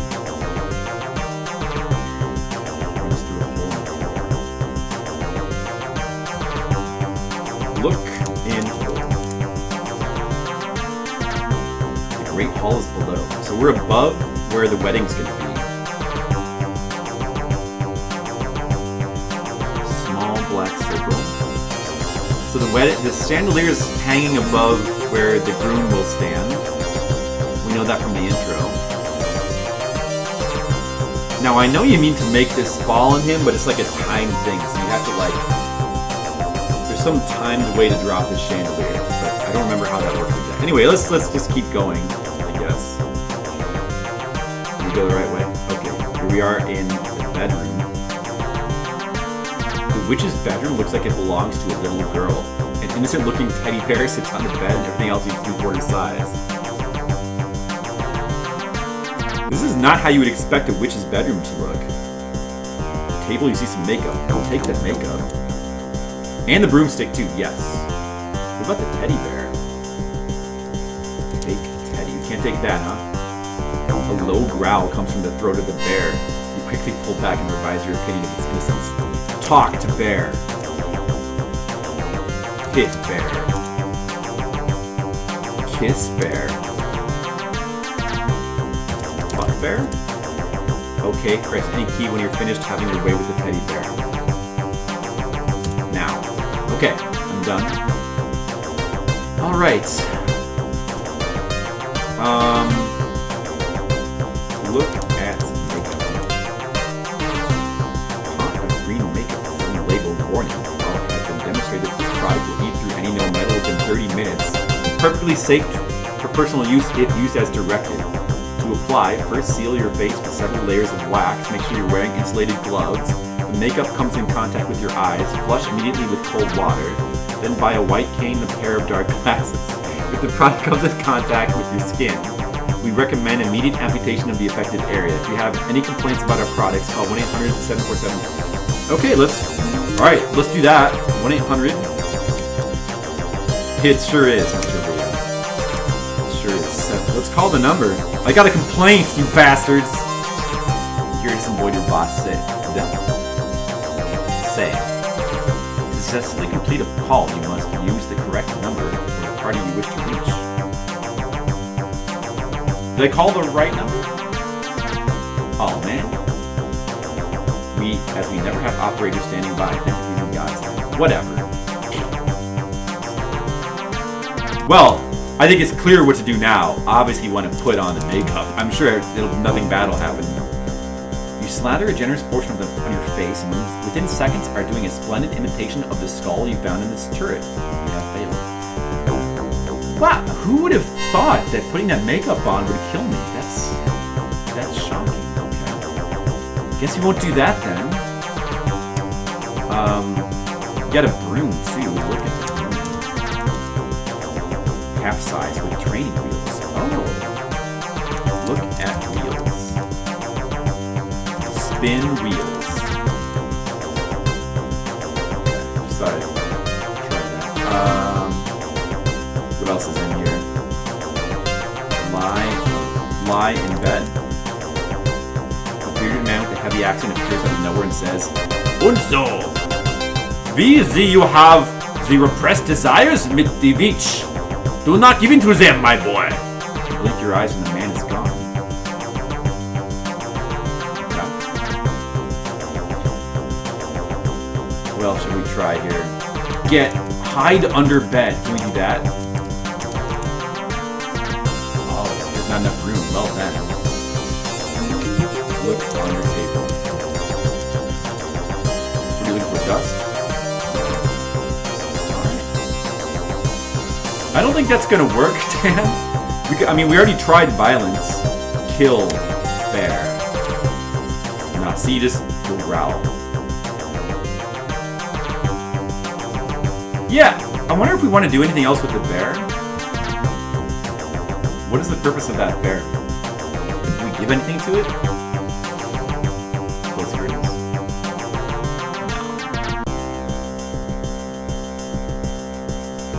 Can we even look at the curtains? Close curtains. Are you serious, Dan? An interior design nymph pops into view and says, "You have no idea how hard I worked just to get this look. Please don't spoil it by messing with the curtains." The nymph holds a couple of wallpaper samples up next to the curtains, shakes her head quietly, and then disappears. Wow, Dan. Are you actually some kind of secret genius? Did I try to hide? Yeah. What else can we do? Hide under table. You remember what you can't hide. Put makeup on table. Oh! Well, that's where it was. There's a take. Put makeup on bear. Might be wasting time here. Alright, oh, open the window. Ride broom. Guys, a regular Doogie Howser. You sure are. You're a regular NPH. But the younger, smarter one. Alright, you hop on the broom, which immediately flies into the air, swirling around. We're Harry Potter now. Let's play Quidditch. This game was long before Harry Potter.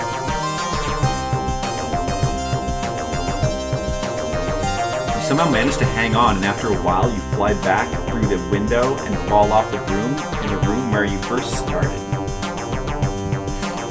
Well, that's no good.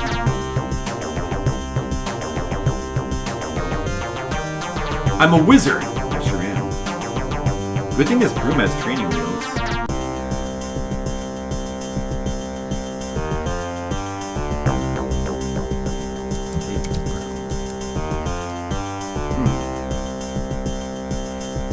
How do we make the brooms go someplace else? Let me try that again. Talk to Broom. Hey, Broom. Ride Broom. Let's just try it again. Oh, it's random!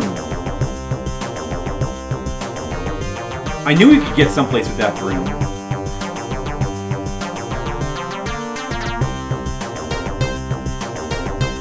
Into the floor of a small, dark room. Crawl space below the Great Hall. Right.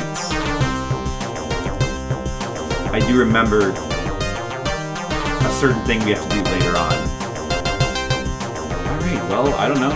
Nothing much to do here, I guess. Open the door. It's probably going to be bad, but let's open it. Go up. This is going to be bad. We're going to probably die. Go indoor. North. Look at... fuck. Just go up. I tried that already. Go up door. Much too difficult to climb the trap door. Look indoor. Oh, man.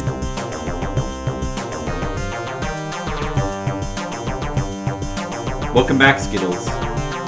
We just flew on a broom. You missed it. Plus, Dan Schoening just, like, got us to get some really obscure dialogue.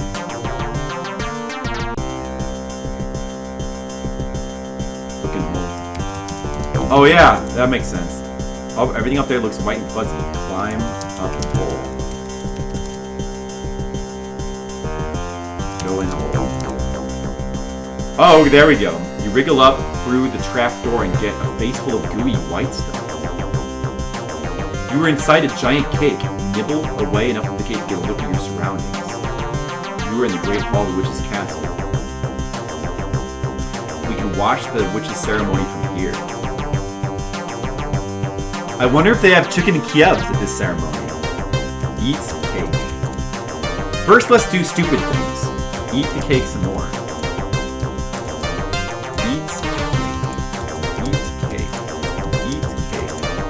Let them eat cake. Okay, I guess we can never eat all this cake. Lick cake. Kiss cake.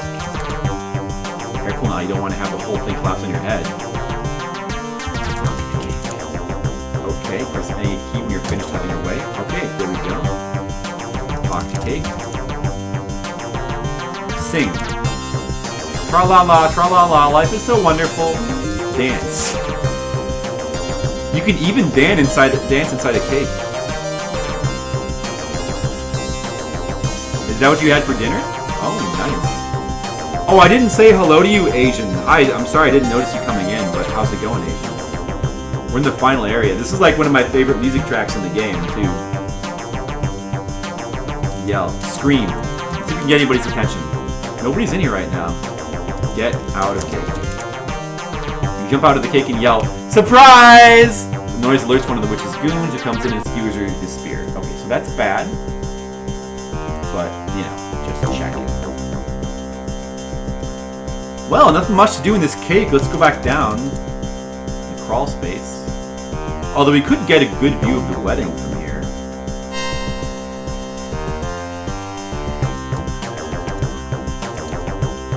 A sheer drop of several hundred feet. Jump out.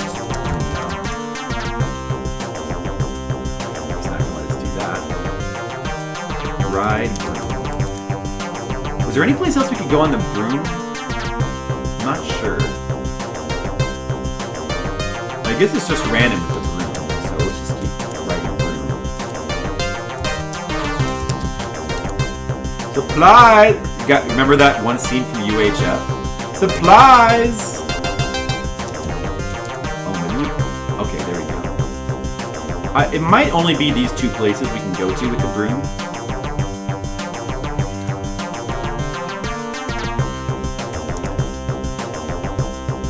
So I know we're supposed to put the makeup on the chain, but I don't remember the timing on it. Let's just do it now. Let's do it early. Fire hose. Put makeup on chain. And we'll see what happens when we, like, mess up. Alright. Now, even though our score went up, we definitely did the wrong timing. We have put it on the chain as of 10:49. No, it said it takes a half hour to work. There's a specific timing we need to get. So what we're gonna have to do is we're gonna have to watch the ceremony one time, and try to figure out what the best time is to drop the chandelier, and then we'll replay through this chapter a second time. And oh, dude, you can even get back down here. Wow. But you can't actually do anything here. You don't have enough time to walk all the way back to the castle. Yeah, see. I don't think there's any reason to come back here.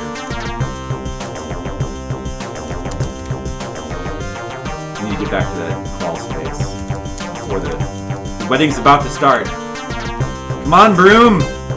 No mommy's broom. Wouldn't it be great to see... I don't know if you remember... You guys remember the RGG, Mexican Runner?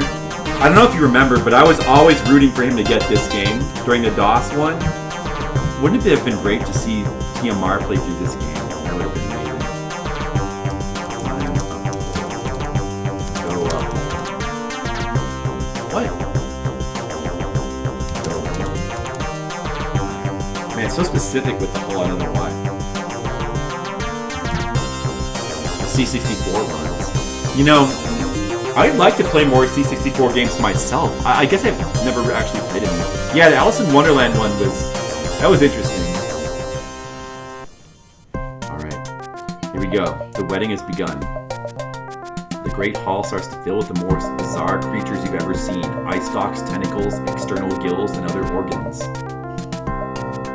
After a few moments, the beast enters and drags L'Oreal down the aisle to stand in front of the minister. She still looks beautiful, despite her weakened captivity. She is dressed in a pure white gown, and the whistle of Illyrium hangs around her throat. As the beaming witch looks on, the minister clears his throat and says, "Dearly beloved, we are gathered here today to witness the bondage of L'Oreal to the beast." The minister scratches his horn with one of his fins, and then continues reading the words of the fifth ceremony. The minister looks up and says, "Who giveth this woman to the beast?" "I do," says the witch, handing him a bill of sale.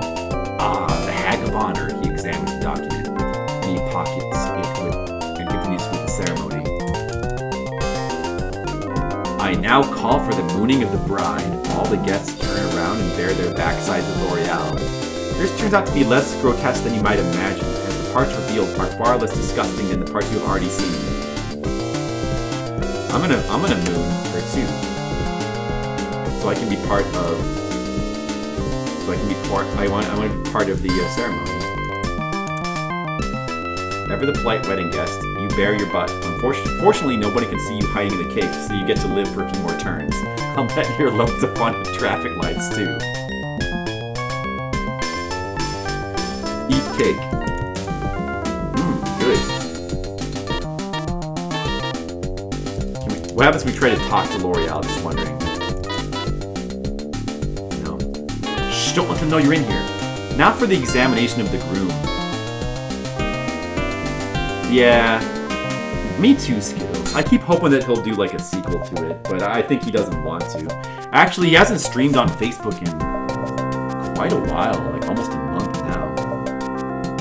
And the last time he was streaming, it was like boring modern games. For some reason he was playing GTA 5. I don't know why. Something cold, something red, something mangled, something dead. A creature shuffles forward and rummages around inside the beast's pants. After a while it nods and retreats to its place. You missed the end. I was there, I got to see it. It was still pretty good. It's not quite the same on Facebook. Hey Colic, what's up? How's it going? At the back of the hall, a goat wanders into the room. Alarmed by the smell, it retreats again. The minister doesn't notice anything and continues with the service. Looking at goats. Let us proceed to the exhumation of the groom's great-grandparents. This is obviously the part of the ceremony that younger guests look forward to the most. Brandishing shovels and pickaxes, they rush out of the back of the hall and return moments later. each waving a grisly object best left undescribed. Yeah, she's getting married to the Snake Man colleague. We've got to stop it somehow! Okay. Now, we put the the makeup on the chain at around 10:51, which means that the chandelier should come crashing down in about 5 minutes. That's going to be too early. We'll see what happens. I don't remember what happens when you do that. Do you, beast, take L'Oreal to be your chattel, to do with exactly as you please, without regard to her dignity, health, or personal safety? The beast says, Roger that! Excellent, the minister continues. And do you, L'Oreal, consent to subjugate yourself to the beast, forsaking all individuality, abandoning all hope of personal fulfillment, and dooming yourself to a life of unending drudgery that will make your very existence a living hell?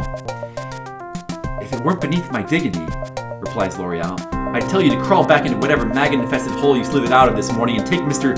Pustule and his mutant plasm pals with you. Fortunately for you, however, I'm constrained by good breeding, and to answer merely that, I would much rather rot in the cesspits of Carstia for all eternity than be married to this loathsome creature. She doesn't look happy. Is he back in Poland? I don't know, actually. I think he might be traveling, that's why he's not streaming. Or he hasn't for a while. He doesn't look like Koopa from the movie, yeah he does. The minister blinks and says, I'll take that as a yes. Suddenly the chandelier plummets down from the ceiling. It scores a direct hit on the beast and deals L'Oreal a glancing blow. The beast... Okay, this is the wrong timing. We have messed up. Let's see what happens. The beast falls to the ground dead. L'Oreal falls as well, but she doesn't appear to be seriously wounded. The room erupts in chaos. Chaos is what you know best. You burst forth from the crake and cry, Bejabbers! You, the witch screams. Her goons close in and around you. Stay back, she commands. I want to kill him myself. But she pauses and strokes her chin. But how to do it? These things must be done delicately. It is a moment frozen in time. Everyone in the crowd is staring either at you or the fallen body of the beast. The lovely L'Oreal is fainted once again. The witch appears to be coming to some kind of decision. Can we actually win the game now? We might be able to win. This seems like the victory scenario, but I feel like we had to have dropped that chandelier too early. Maybe the timing is not actually that strict. I don't know. I feel like we still probably messed something up, and I'm not sure. Let's try some random things. Let's try to talk to L'Oreal, even though she's... Well, let's just look at her first. Look at L'Oreal. She's collapsed in a heap. Her gown is in disarray. Her whistle is still around her neck. The witch finally gets an inspiration. She casts a spell to put your skin on the inside of your body and your internal organs on the outside. Then, as if dissatisfied that this won't bring on death quickly enough, she yells at the crowd, Lunchtime, you have failed. Let's try some more things. Talk to witch. Oh, we can still talk to her, though. Say, nice lips. It's too late for flattery, Eric. Although I do appreciate the compliments.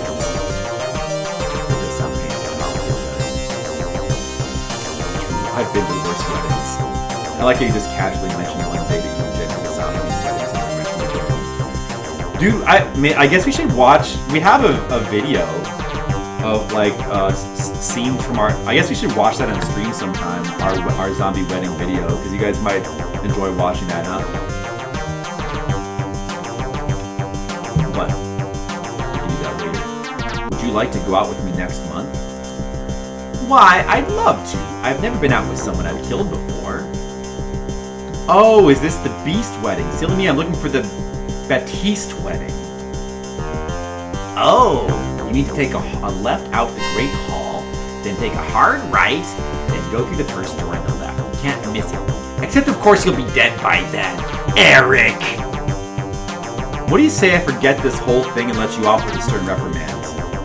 That's awfully kind of you, Eric, but I don't recall giving you any choice in the matter. The transmission on your broom is acting up. I'd look into it if I were you. Is that what the problem is? I thought it was the clutch. okay without watching it? Oh, okay, Colin. Enough chatter. I'm ready to swing into action. Okay. That counts as a death. What else can we... What other funny things can we try? Talk to L'Oreal. In case you hadn't noticed, L'Oreal is exactly capable of holding a conversation right. She's not exactly. What other funny things can you do? Talk to... What is his name? I guess he's dead.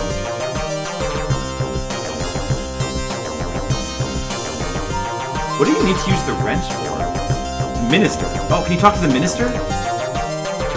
No, you can't.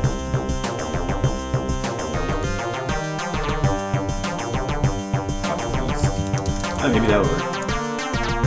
Beast has other things on his mind other than talking to you. The chandelier, for instance. Does you actually work here? Okay, good. That's easier. Now, in case you guys are wondering, the correct thing to do is to give her the candygram. But, talk to guests. Nobody cares. Kiss L'Oreal. We'll wake her up with a kiss. Here it is, the moment you've been waiting for. You've scratched and clawed your way across Taurus just for this one opportunity. But wait! Is it right? Is it proper? Should the lips that kiss the farmer's big carrot touch L'Oreal? What the hell? Why not? You bring your lips close to hers. At that precise moment, the slime wig suddenly makes a dash for freedom up your gullet and out your mouth. It does a quick cap dance across L'Oreal's face and then runs away. By the time you're done throwing up, the idea of kissing L'Oreal has lost a great deal of its charm. Well, that was interesting dialogue. Okay. Can we, what if we attack L'Oreal? That's not going to get us anywhere. That's true.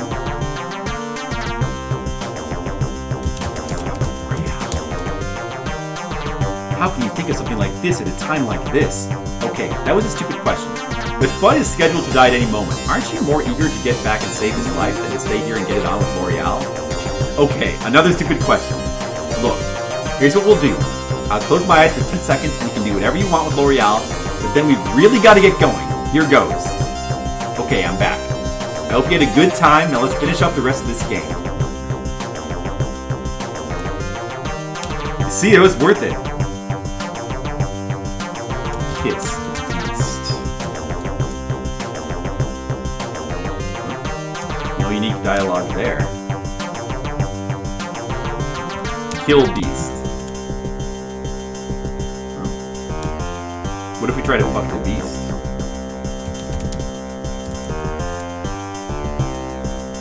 For that kind of action, you should really be looking into the spellcasting series of games. Oh yeah, that doesn't sound like unique dialogue. Let's hit the witch. She laughs in your face. Her breath is so bad it melts your eyebrows. What if we kiss the witch? That might work, right? Give the witch a peck on the cheek. She seems surprised, but then quickly recovers her composure. Does not change her decision. Fuck the witch.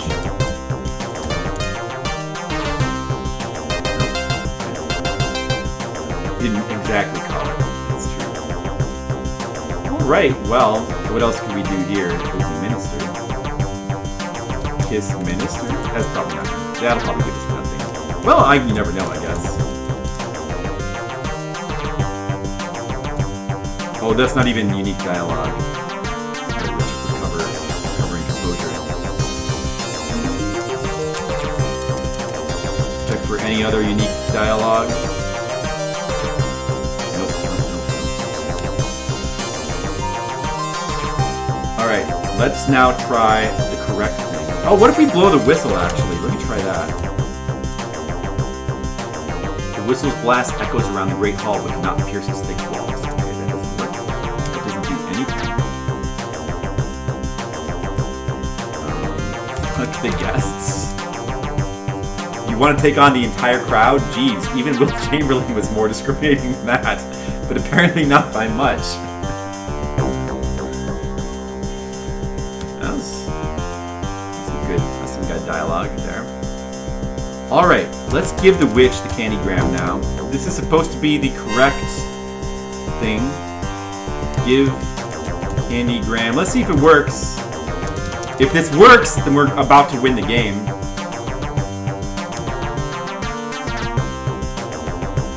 A candygram for me? How thoughtful of you. Thanks, you reply. You might want to read the fine print before you open it. Don't be silly. Only geeks read fine print.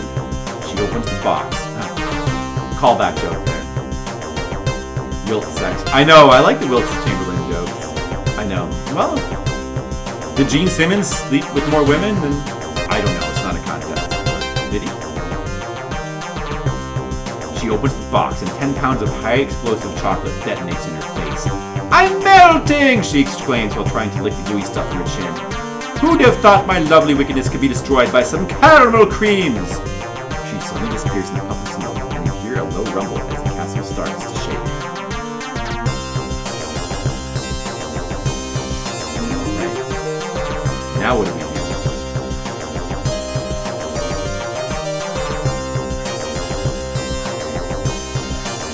Sheer logistics of what he claimed are impossible. Right. Of course he was exaggerating. Of course. What if we kiss L'Oreal now? Probably get the same dialogue.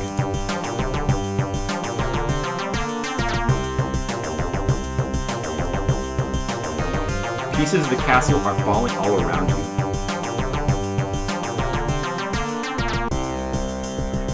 We blow the whistle now? Oh, that won't work though.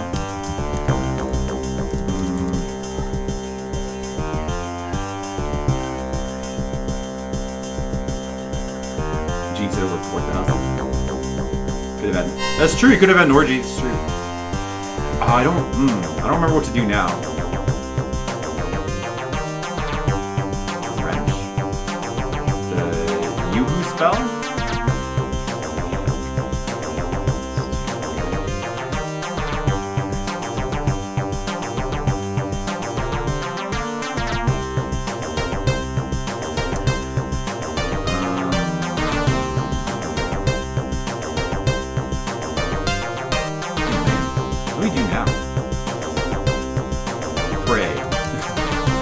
Good idea. Won't help though. Uh-oh. The roof collapses.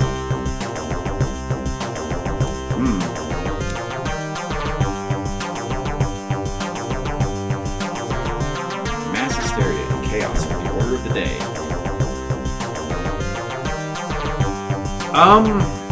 Take L'Oreal.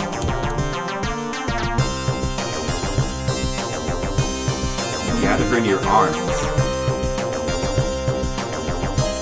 Oh, you're supposed to, I think, let me try to undo multiple times. I think you're supposed to take her and then ride the broom, maybe? Oh, you can't? Oh. Well, I think we're hosed then. Let me try to ride the broom, though. Oh, the broom is gone! Uh-oh.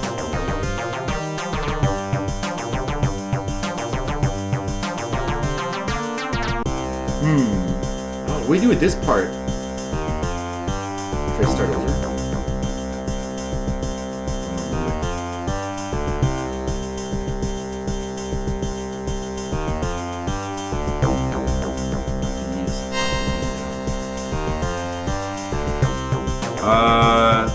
Jump out window. They're not open. We're gonna have to replay through the chapter, that's okay. We can't open the windows.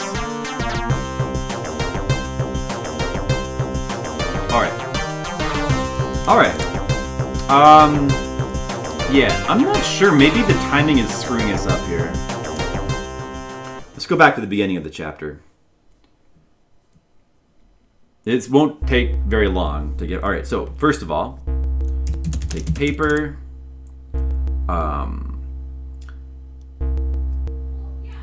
Plunge. No. Throw pitchfork in pitch. Throw crowbar at crow. Put or place stake on eye. Cut bolt with bolt cutters. Take the candygram. Take the fucking candygram, fucker.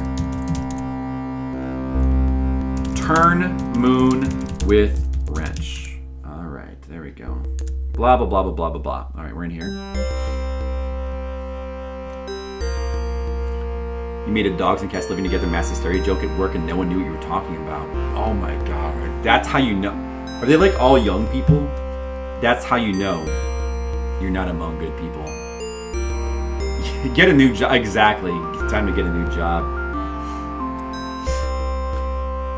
Mass Hysteria was my favorite game. I liked it way better than Mass Effect. Those uncultured jerks. Alright, now the witch will visit us. Blah, blah, blah. Wedding happens at 11. We should probably do a save where we just let the wedding play out without the chandelier falling, just to see like all the lines and stuff. Turn, hourglass. Take eyes. Put eyes in skull. Rub ball. Look in ball. Read book.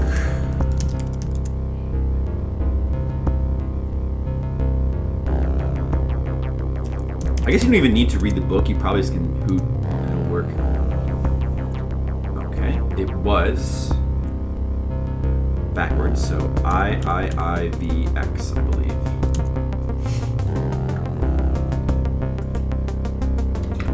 Damn, how can people not get that reference? They probably would understand Marvel references, though. Bastards. Passage.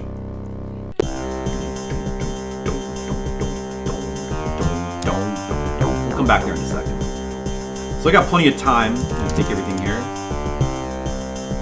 And go back to where we came. Alright, so all we have to do is put the makeup at the correct time. We have plenty of time. I think you can wait a specific amount of time. Let's wait 1 hour. Okay. Wait 30 minutes. Wait 10 minutes? Or, no, I don't want to wait. Oh, I better not wait too long because the broom is random. That's good enough. That's good enough. Let's make a save now.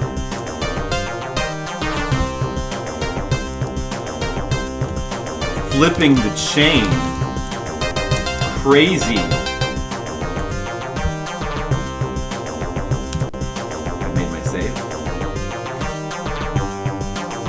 Okay. So right now we'll leave the chain alone. We're gonna just... You can also listen to the wedding from up at the top. You can get all the lines, but you can't... I'm a little bit curious about something though. Wait, let me go back to the... Let's just let the wedding start from up here.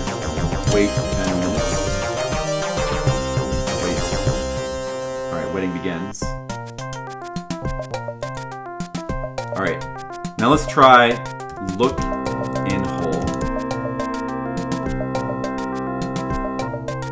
Spit on beasts. Oh, really? Drop wrench in hole. Great idea. Why don't you take it out? Why don't you take out an ad in the Taurus Inquirer announcing your presence here as well?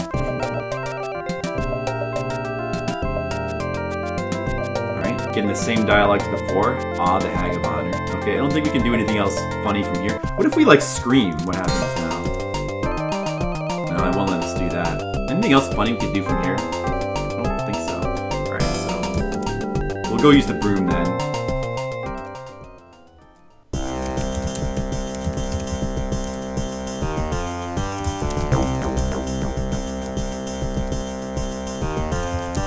Fucking broom. Oh, nice. We got here.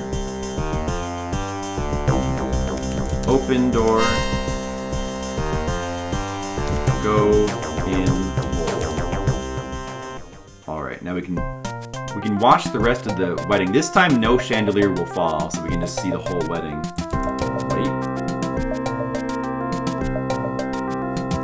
The goat happens. Exhumation of the great-grandparents.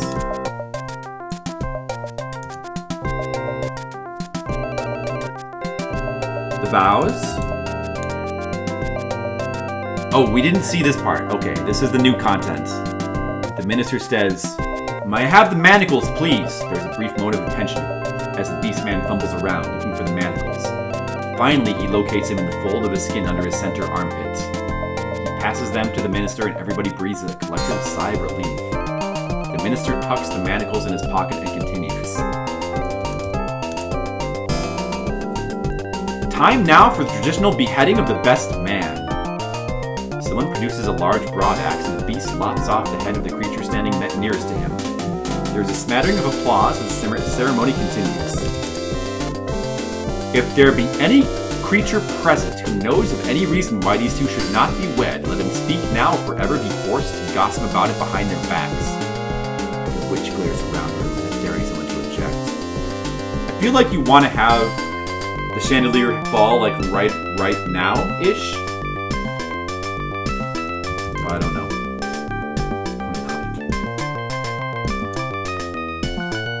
The minister produces the manacles from his pocket and hands them to the beast. Then by the power vested in me by the virtue of a fancy certificate I ordered through the mail, I now pronounce you beast and beastess. You may manacle the bride. A cheer goes up from the guards, but at that very instant L'Oreal leaps into the crowd and seizes a dagger. He rushes at the beast and plunges a weapon into his chest. The beast slumps to the ground and the witch screams in fury. She conjures a fireball out of the air and flings it at L'Oreal, killing her instantly. As L'Oreal slowly falls down, so does your heart. For you know you have failed in her time of need. You have failed. Okay, so 11:28 is the deadline. 11:28. So we actually did have... The funniest time to have it fall is when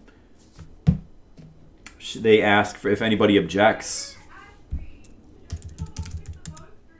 But I guess maybe it doesn't matter that much when you have the chandelier fall. So I guess if it's a half hour, I guess we should try to do it at 10:58. Let's try for 10:58. Wait 10 minutes. Let's make up on chandelier. What? Oops, I mean on the chain. Oh shit, I wasted a second. Fuck. That's no good.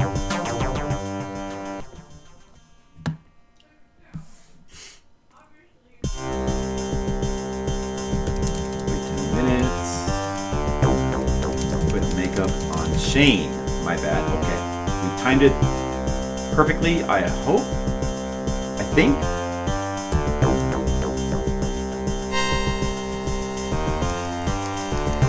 Take everything. Oh, we already did that.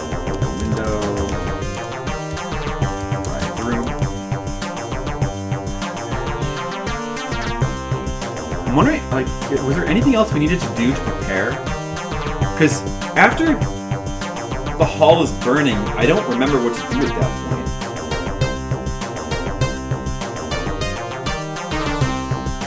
I'm trying to remember. Like, what do we do with the wrench? Why do we sell out the wrench? Clearly do something with it.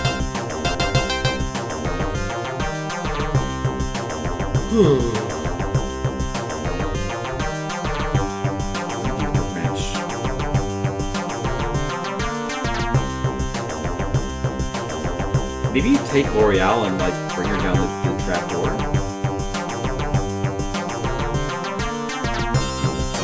Well, we'll just try it again anyway. Door. Go up hole. Go in. Fuck you, game.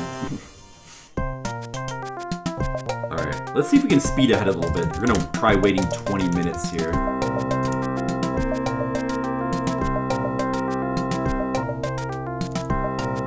Oh, yes. Oh, you still get all of the text, too.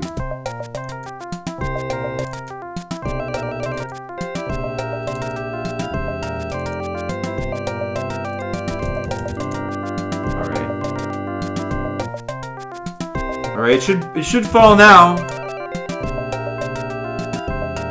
Yes. It fell down at the perfect time.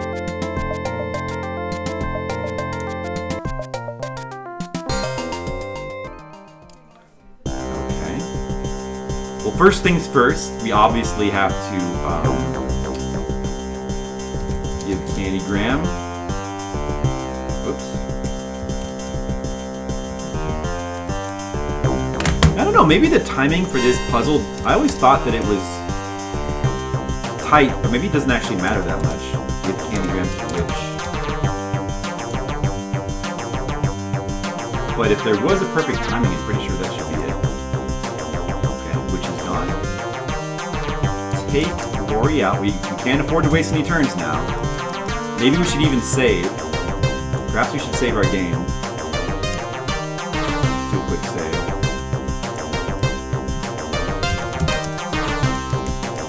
Final flip. Final flip. Take L'Oreal. I hope I can remember. Is the hole still there? What do we do now? Blowing the window doesn't work, right? Oh! Throw wrench at window.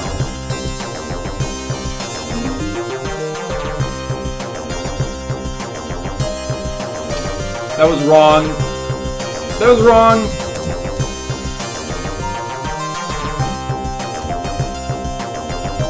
Let's reload final flip. So we have 3 actions. I mean, we must have to break the window with the wrench, right?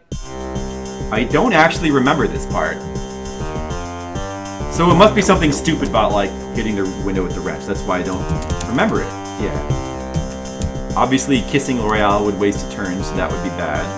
Hit window with wrench. Oh, that doesn't work.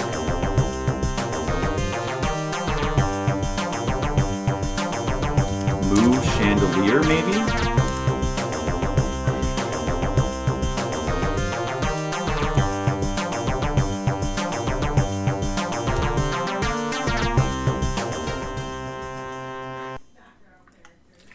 Look around. Yeah, maybe. You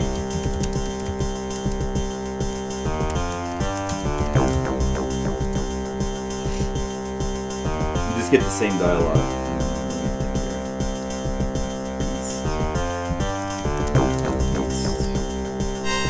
An obnoxious leering creature. A Shamu the Killer Whale reference.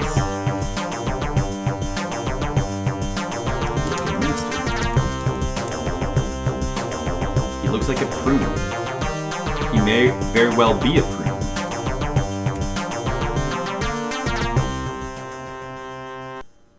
Why do I not remember this part? The broom. What happened to the broom, man?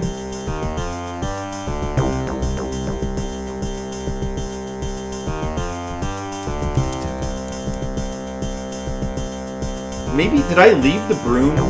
Why do I not have the broom? Maybe I left the broom. Like, it's gotta be the broom. I think you need to fly on the broom.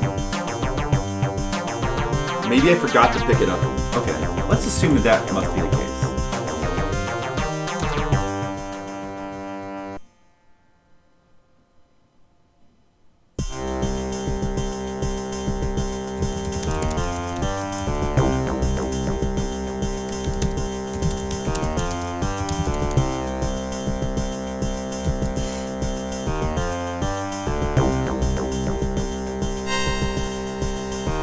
Yeah, that's what I think too, Asian. That is what I think too.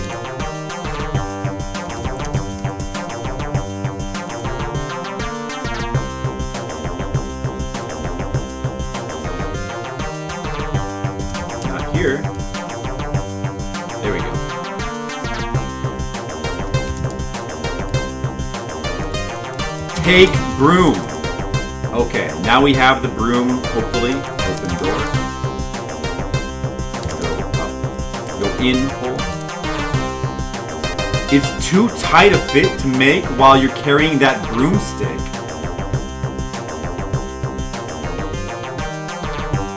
Oh. Those bastards.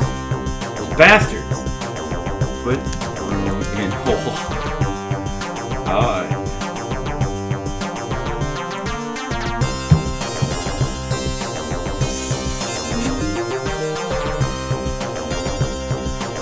Throw broom out window.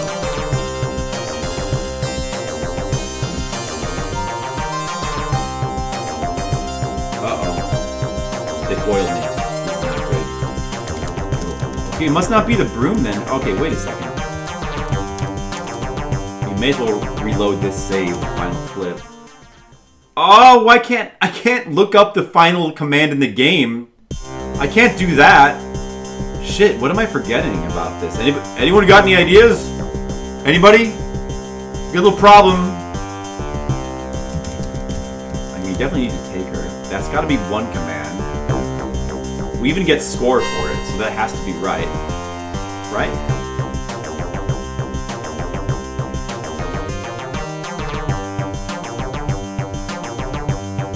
The circle was the circle on the floor where the broom needed to stand. And it's the circle that the chandelier is. It's just the circle that they put on the floor so you would know where to stand.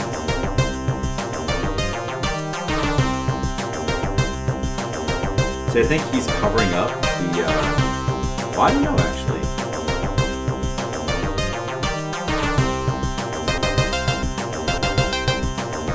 Go in hole. There's no hole. Go out. Let's try that. Yeah, but there's no exits marked on the thing up there, the compass.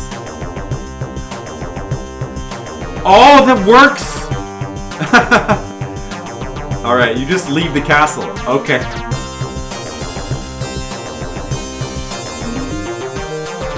Suddenly you're caught in a whirlwind of gray shapes. All the evil creatures that escaped earlier in the day are streaming past you, screaming madly as they are sucked against their will back into the castle. As the last of them disappears, the castle wall starts to cave in. The towers and turrets seem to fall in slow motion, as if a giant hand was grinding them back into the earth. You hear one final cataclysmic explosion, and then silence. All that remains of the castle is a pile of smoldering ruins. Now you ride the... Oh, we don't have the broom. Oh yeah, blow the whistle. And that should be it. That should be the game. After a while, you scan it again. Eventually, you see a small dot in the eastern sky. It grows larger and larger. To your surprise, a large duck has appeared. Where's Pegasus, you ask? Lunch break, replies the duck. I'm covering for him. Well, are yous gonna get on or not? That's right. Good thing we have that emote, huh? Get on the duck. You deposit L'Oreal on the duck and climb up after her. You have now achieved a score of 1,000 by 1,000 points! Yes! Yes! 1,000 points! The magic bird takes off. And soon, you are flying high over the forest. L'Oreal awakens from her stupor and says, Eric, I knew you would come! Before you can reply, the duck suddenly starts to lose altitude, and you start descending towards Bud's castle. Keep it quiet in there! No, Grandma loves this game. She would understand. The thrones of Fudd and Morgana have been set on a platform outside the castle in front of a large crowd. You land just in time to see Fudd's head roll forward. Father! Cries L'Oreal. She leaps from the back of the duck and pushes her way through the crowd to the king's side. Too late! Morgana cries in triumph. She snatches Fudd's crown and starts to lower it onto Griselda's head. Wait! Shouts Bud the wizard. Prophecy or no prophecy, L'Oreal is still the next in line to the throne.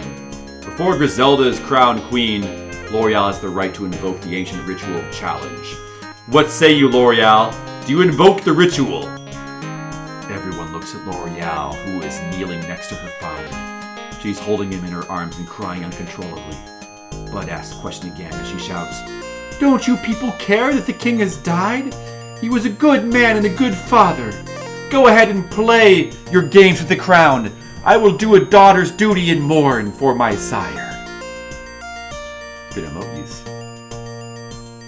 Lol, I heard lol forward. Yeah, lol forward. A hush falls over the crowd. So be it, says Bud into the silence. You might proceed, Morgana the Black. But it's an ill day indeed for Taurus.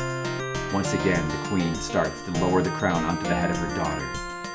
Of course, it is considered bad form to crown a new queen when the old king isn't dead. Who said that? Morgana shouts. I did, you wretch. I, Fudd, your husband, whom you never loved. I, Fudd, the doddering old fool. I, Fudd, your king. Fudd rises from his throne and stands before Morgana. But, how? What about the prophecy? Thanks, Skittles. I'm an expert voice actor. The prophecy was correct in every detail. It said that old Fudd, King Fudd, would die. Well, old King Fudd did die. You see before you a new king, a younger king, a king no longer besotted by the evil charms of an evil woman. And my first act as the new king is to banish you and your daughter from the kingdom. And you can take that simp Serpentoral with you too. The crowd cheers as Morgana, Griselda, and Serpentoral slink from the platform. The prophecy also said that the princess who was by my side would inherit the kingdom, and so she shall. Fudd takes L'Oreal by the hand and raises her to her feet. No father could ask for more than the love of his daughter, my child. You have made me a happy man. The two of them hug while the crowd cheers. Then L'Oreal whispers in Fudd's ear, and the two of them pull apart. And finally, there is the matter of Sir Eric the Unready. No kingdom withstood such hardship, or no knight has ever withstood such hardship as he. No knight ever pursued a nobler quest. Now then, the traditional reward for the rescue of a princess is her hand in marriage and half the kingdom. Fudd pauses, looked at you, and then continues. And this is exactly the reward that Sir Eric shall receive. I hereby decree that a year and a day hence from this date, L'Oreal and Eric shall be married, and they shall jointly be heirs to the kingdom. Pandemonium erupts, the mod lifts you up in the air, and the people pass you over their heads and deposit you on the platform next to L'Oreal. The two of you kiss as more and more people climb up onto the stage. Suddenly, you hear a familiar low rumble. Thus did it pass that Sir Eric rescued Princess L'Oreal and became betrothed to her. Morgana the Black was exiled from the kingdom. Bud, the wizard, returned to his contemplation of the holy gridiron. And so ended the saga of Eric the Unready. Part 1. Oh. Okay. Is that it? Oh, that's the ending? Oh, that ending was a little bit lame. I was hoping it was a little bit I was hoping there was a little bit funnier ending there, but it was pretty straightforward and lame. I guess that's why I don't really remember the ending too much. But still a very good game, and the wedding was entertaining.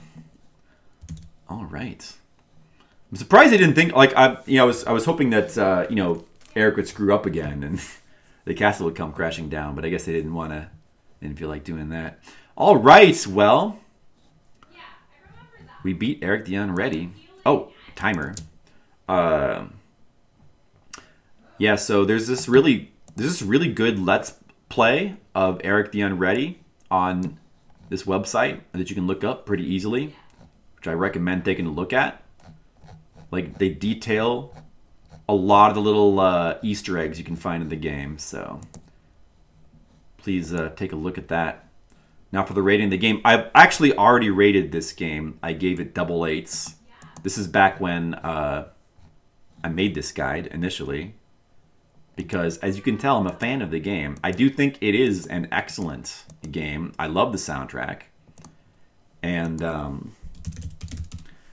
it's definitely like one of my favorites of the more old-fashioned parser-based adventure games. As far as like overall like point-and-click adventure games, I probably still like King's Quest VI and The Longest Journey a little bit more, but it's still a very good game. So that is the rating. I'm not going to change it. I still agree with my rating that I made long ago in the before time. Still agree with that rating. What do you guys think? You totally sold me on Legend Entertainment adventure games. I'll totally give these a shot. Now, granted, this is the only one of these I've actually played. I have taken some looks at some of the other games because I thought about playing them, and I still might. Like, I'm interested in trying some of their other games, like the spellcasting games and the Xanth games. They got a bunch of adventure games. But based on what I've heard, this very well might be their best game.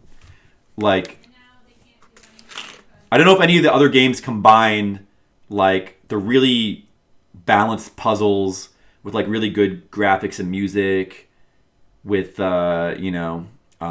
just really good humor. Well, I mean, the spellcasting games are, like, obviously, those are farcical, too. But from what I've seen, they don't quite have the production elements aren't quite as good, maybe. So I think that this might be their best game. I don't know for sure. That's what some other people seem to say as well. But I still want to try their other games at some point. Yeah, Skittles agrees with the 8 and the double 8s. That, unfortunately, is not good enough to get it into the top 100 list, but, probably would be on the top 200 list if I were to make one. Yeah. So that was Eric the Unready. I've been wanting to play that game on stream for a long time. Finally got that done. So that's good. All right. We have one more day of April left. Next month, we will be continuing Fliptendo, but I'm enjoying playing through the DOS games again, though. Playing the DOS games is pretty fun. So, we might still do a couple more DOS games. I've got a couple more DOS games of my youth. Some of them bad, some good, that I might want to take a look at. And I'm also thinking that I kind of want to do like a DOS request stream as well, because it's pretty easy to do DOS requests. We can just play them in a browser. So it'd be pretty fun to do a DOS request. What's next? Well, okay, so there's this game called Auto Duel, which is not a good game. It's actually considered to be a bad game. Although it's a very like primitive, like old DOS game where it's kind of Mad Max-ish. You like have to like buy a car. You can like customize your car. Then you go out into the world and you like try to do like courier missions, or you battle in arenas. But the driving and the combat is, let's just say, it's very primitive. I played this as a youth. It's one of the earlier DOS games I played, and just to be clear, even back then, because I had probably already played like NES games, even back then I thought that this game was bad. I always thought this game was bad. There's never a time when I thought this game was good. But yet, I still was intrigued by it, and I always tried to like make progress in it, and I never could. I could never make progress in this game because it's extremely hard. Like, it's Origin, yeah. By Lord British? Oh, yeah. It's extremely hard. It's one of those games with like permadeath, so like it's really easy to die because the controls are very bad. That's right, Dan. We finished the game. That's the best kind of progress. So we could check it out now. I guess we could play a little bit of Auto Duel now. I don't know. I'm probably not going to finish this game on stream because doing so would be extremely hard. The game is pretty grindy. And even if you can grind up to the final mission is extremely difficult and it's easy to die on. I've only even gotten to that mission with cheating. I've never actually played through the game legit. So actually trying to play through this game legit would be extremely difficult. Probably not worth the effort, but we're going to at least take a look at it.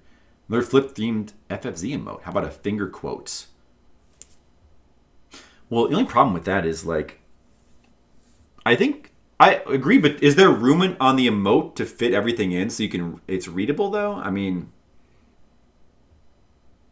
like I'd have to like sandwich. Here, hold on a second. Let me do the close up. I'd have to like, how would I have the hands? Another flip emote would be cool, but like like to make it like this, the head would have to be pretty small to fit everything in, right? So would it be readable? Wait, what would the right expression be? Let me try it. Oh, it would be like a... It'd probably be like that, yeah. Like, how about like this?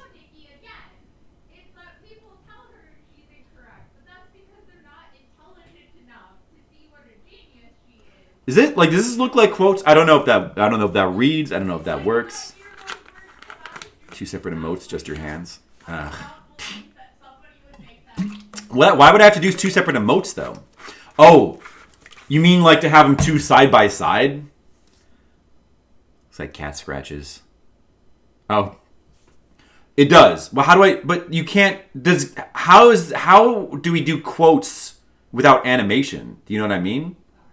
Like, there's 2 different we could do either this or this, but this looks like peace signs, and this looks like cat scratches. I mean, maybe like in between. Does that look like quotes? Like that? I don't want to do a side-by-side emote. I don't think it's worth it. Although it is a clever idea to have like a quote emote, because I haven't seen that, but I don't. There's probably a reason why nobody's done that. I don't know, Skills. What do you think? Besides just fitting it in, I think getting this to like look like quote. I mean, I don't know. If this doesn't look like quotes, then this reposition it. Then I don't know how we'd even do it. Which flip emoticon are we missing?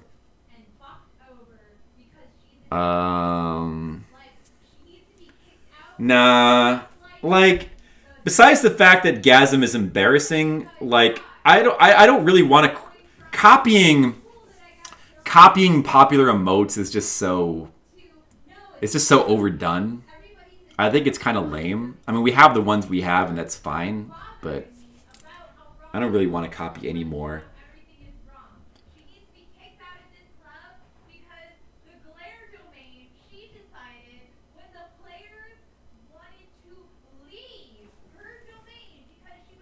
Flip lol.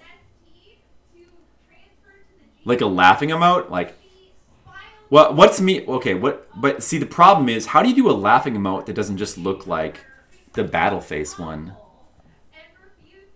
Does this look like I'm laughing? I need to like tilt my head back. How about this one?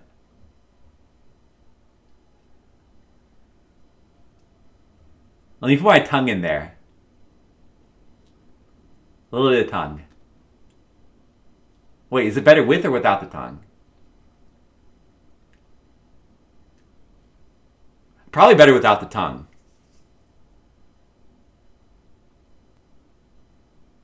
Let me take the headphone off.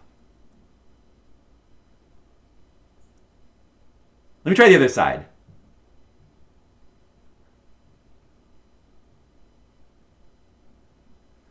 Am I laughing or am I sneezing?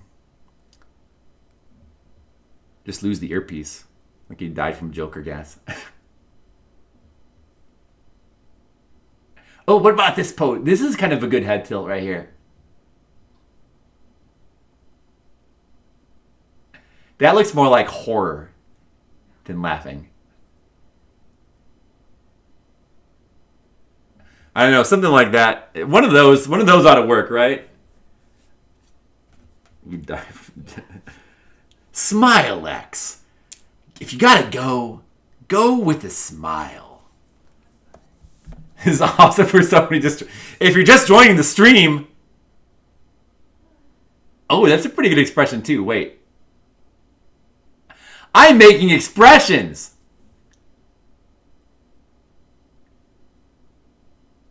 What about a thumbs up of horror? Wait, what about this look?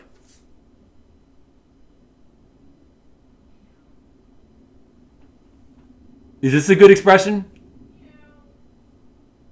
Surely that could be for something. We don't have an expression like that, do we? We don't have horror. We don't have an expression of true horror. We already have thinking. We already have the thinking. It is not bad. I like the thinking that we have. I mean, what about just like a confused look? Confusion? Do we... Like, what about this?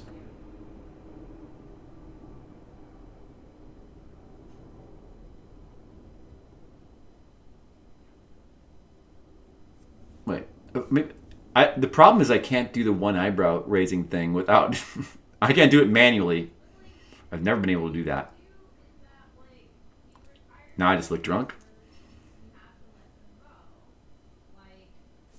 What other expressions don't people have? Like watching Alien. Don't tell them my secret. Frightened.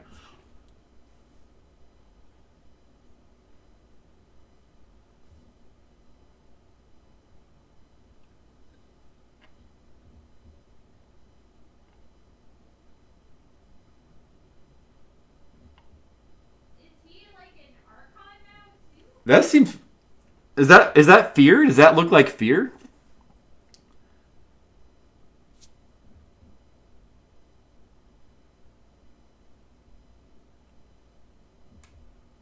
That's a good one. Okay, enough. I have plenty. All right, okay.